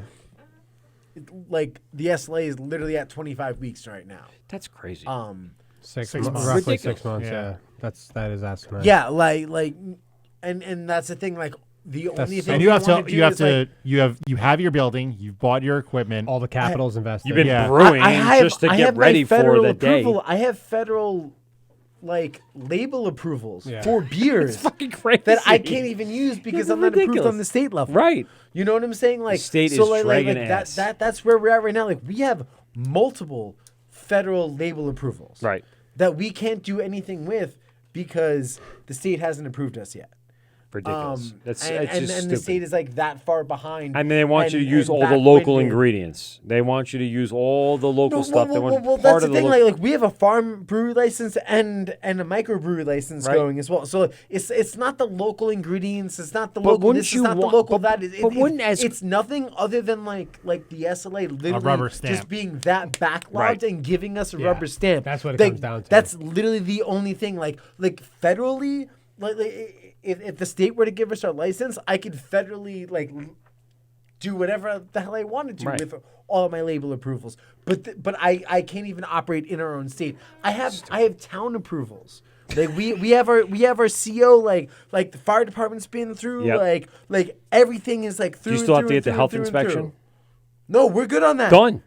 So Just the this is state. it. This is the Like, only like, fucking we're person. literally waiting on the SLA. Assholes. We're literally waiting on the SLA. Can you call we Rich need, up by at the way- New York State Brewers Association? Can you call him and say, can you fucking go over to Albany and fucking get shit done? No, He can't it do has anything. nothing to do with him. He It has can't do nothing to anything. do with him. It has to do with the state liquor authority. Like You don't need they're the doing FDA, a, by the way, a right? bunch of stuff with like the internet and like getting like label registration Oh, yeah. websites, blah blah blah. There's apparently a And, 24-hour so approval a couple coming. of people like like retired Yeah, this year, right. like, blah, Get blah, the blah. fuck outta here. Yeah, in a couple of months, Apparently. like there'll be a 24-hour like label approval. But at the end of the day, That ain't like. happening. Like we've been sitting in purgatory for about 6 months. I was gonna say you're gonna go from 6 months to 24 hours. Yeah, bullshit. Yeah. Get well, the for fuck outta here. label For approval. labels, like just for for, label, like- not But for still, I license mean, approval. still, it's So another this step. This But is like for a month. licensing, This is like- also a month. That took a month. It takes about 3 to 4 weeks. So when you start brewing the beer, you have to submit the label. Prior. Wait, yeah. But well, when you come up with the recipe, you need to submit it. So like for Cloud Out, what happens if it misses? You're Or do you just say like, screwed. well, 6.8 and 6.9 are pretty close? No. That's not a thing. That's not a thing. That is not even the issue. So you have to If water that it was down the to get issue, down to a 6.8 just to make sure you're brewers would not be crying. It's not. No, that is not far necessarily. I don't want to say water it down, but you know what I'm saying. You have to basically so- drop the ABV to make sure that it complies with the labeling that you're putting. Legally, it has to be within 0.5%. Okay, Yeah. but still, that's a lot. Yeah, no, that's absolutely. A lot. But what it comes down to is like, so say for this, they can nitpick, and not for this beer, but for other beers, we submitted the same label. Yep. And not to, I love you, state too. You can submit it just depending on who you get. Right. They could approve. Yeah. So say I sent this label in. Someone might disapprove. We could resubmit it. Yep. Same exact thing. Yeah. Someone will approve it. Just how it works. Just keep resubmitting it week after It week. happens sometimes, yeah. Fuck. So like, does it cost money every time you submit it? Is it like it's an probably a small application filing fee? fee, though, right? Of It's a course filing it does. fee, but yeah, I mean, it comes down to, so we're pretty good, at least at GSB, and I'm sure Ghost will be the same because he knows what he's doing. When we make a label, we make sure to obviously dot our I's, cross our T's. We try to make sure everything's in place. Everything that needs to be known is known on the can or on the label. But that doesn't mean necessarily it will get approved. Right. There could be offsetting, you name it. It could come down one word choice. Yeah. That's all it takes. So what it comes down to is what you have to do is just basically ride the wave and hope for the best. Again, we have submitted the same label twice and it got approved the second time. Right. It's happened. That's fucking ridiculous. But it happens. And so this is what the new breweries are fighting. It's like this constant battle of getting approved, getting the labels, getting the stuff. I mean, I know even you guys who are like we had a mid to large size brewery here on Long Island are Yeah. still fighting the same fucking battles. Yeah. So like Great South Bay used to do a lot of limited releases. We were kind of almost known for it at one point. Not saying they were the best, just because prior to you, Zach. No. Yeah. But just because they were producing so many of them, it just kind of caught up at one point that they were selling and they were on the shelves. There was a lot of volume of our beer on one. So now we try to produce what we Actual think, limited releases. Exactly. Yeah. Exactly. We want to produce whether it's a 15 barrel on Ghosts. We use their barrels. Yep. Or we'll use our 30 or 60 barrels, depending on the style. Right. So we really try hard now to we're trying to gain back that niche audience.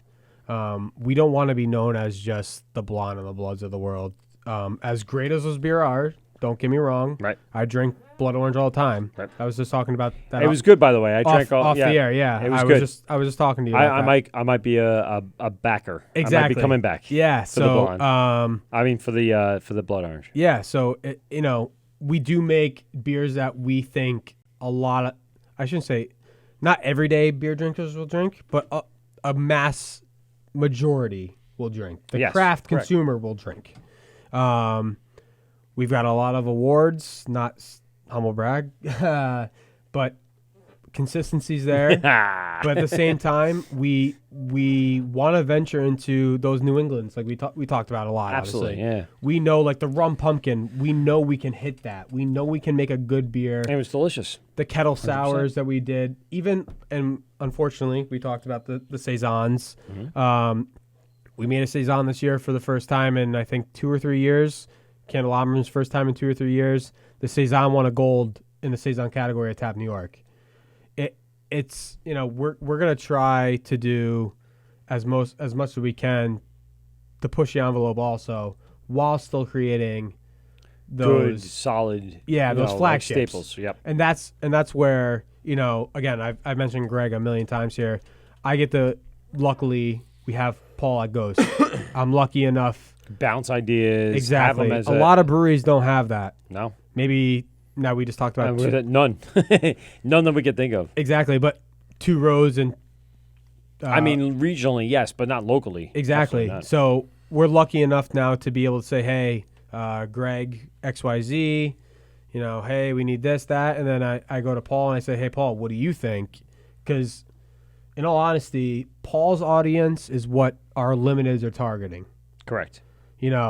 He's looking for that niche market that wants whatever the craze or popular beer. Right. Wherever the hopheads We're are. bringing sexy back. Yes. Yeah. We're looking for that, but we're looking obviously on a larger scale. At the same time, we hope, and we really do hope that we can bring, say, the therapy drinker with a Cloud Out beer coming out. Right. They grab a therapy and they say, oh, they got another new IPA coming out. Maybe they want to try that. They drink it. Yep. They like it. Right. That's awesome. That's what we want. Right. That's what we're hoping for. We're definitely not going to be exactly experimental in terms of, we're not going to be out there like cool ships almost. I guess that's right. very But you're going to try geeky. to, give someone who wants to come to the tap room a unique experience, Exactly. as opposed to getting the distributors and give them that opportunity to come. And you want them at the tap room. Exactly. That's where a lot of the point to sale is, a POS is happening anyway. So we're also going to be launching a pilot system too. Ooh. Yeah. So we're going to be doing a pilot system. Well, way to announce that in the fourth hour. Yeah. But cool. That's a cool. Like you said, you're going to do each brewer is going to do its own style. It's this is actually like a little different than that. Yeah, way different. We're going to be doing.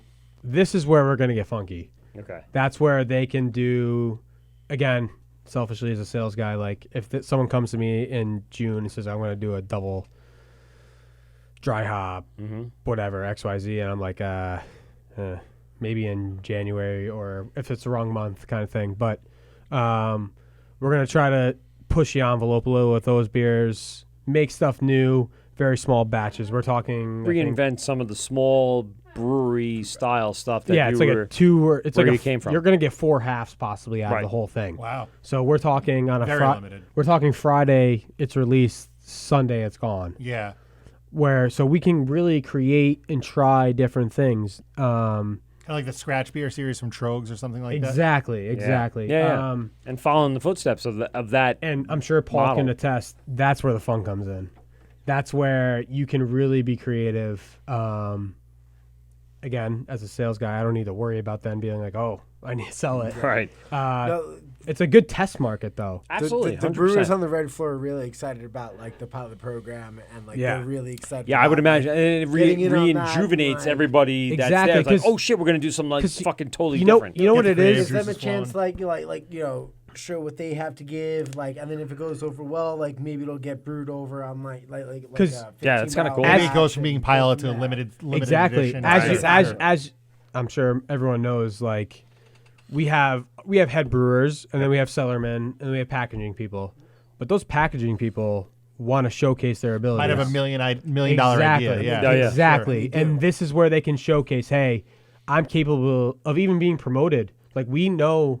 We have a great staff. We know that those guys that maybe they're packaging now, they could eventually be cellarmen and cellarmen to head brewers. We know that. This is their chance to show their abilities and show, hey, I got $1 million. Like you said, $1 million. You could have $1 million idea that I've never thought of, ownership never thought of. It's just outside the box, and it could work. And you're just sitting there, steaming on it, just figuring it out. I got to perfect this in some way. Somehow. And now that 2-barrel system goes to a 30-barrel. But right. But still, you're still going to get that same kind of impact on the market. With that said, give your big plug for the brewery itself. Give a shout out to all those guys that are in that brewery, and then tell us where our audience can find the beer, where they can contact. Everywhere. I go all that too. Ideally. But where they can contact, where they can find on social media and all that other good stuff. Yeah, so, to contact us, any social media platform, whether it's, Facebook, Instagram. I don't think we have a Snapchat. I think we do actually, but we don't utilize it. No, you're not 19 years old, so 16. Well, you can message us, and you'll actually probably be contacted by me. Facebook, Instagram. We're trying to get a lot better at it. You know, I know in our industry, consumer all about the gram. Yeah, even consumer contact, just being responsive at a relatively quick rate. Right.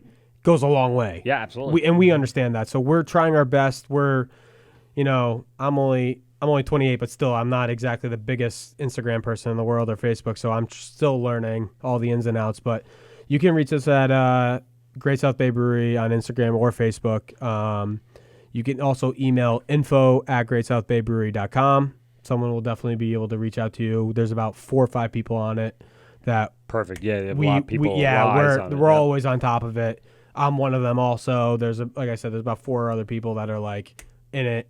Nice. Give us honestly like an hour or so, unless you're at like 2 a.m. But if you're at a reasonable hour, someone's going to answer back. And then in terms of buying our beer, you can support us at any local beverage center. We're very proud to say we prioritize local beverage centers first. Yes.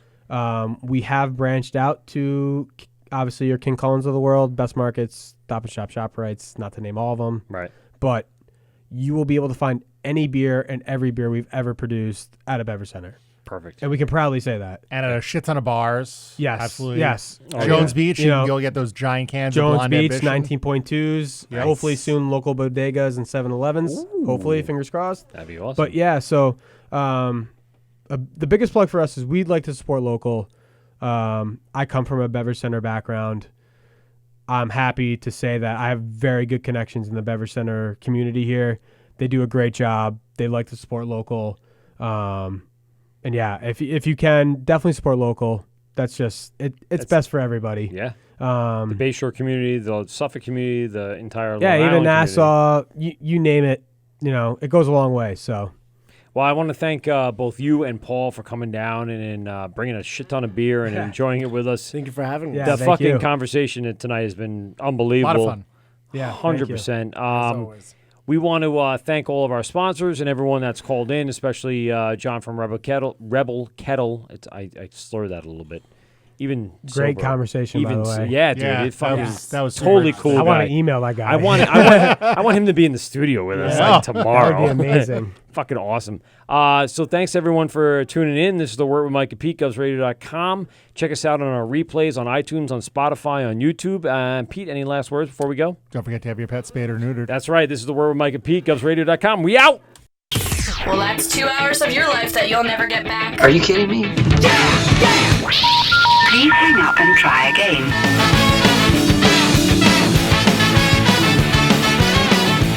This has been the Wort on Govs Radio. I hope you're drunk enough.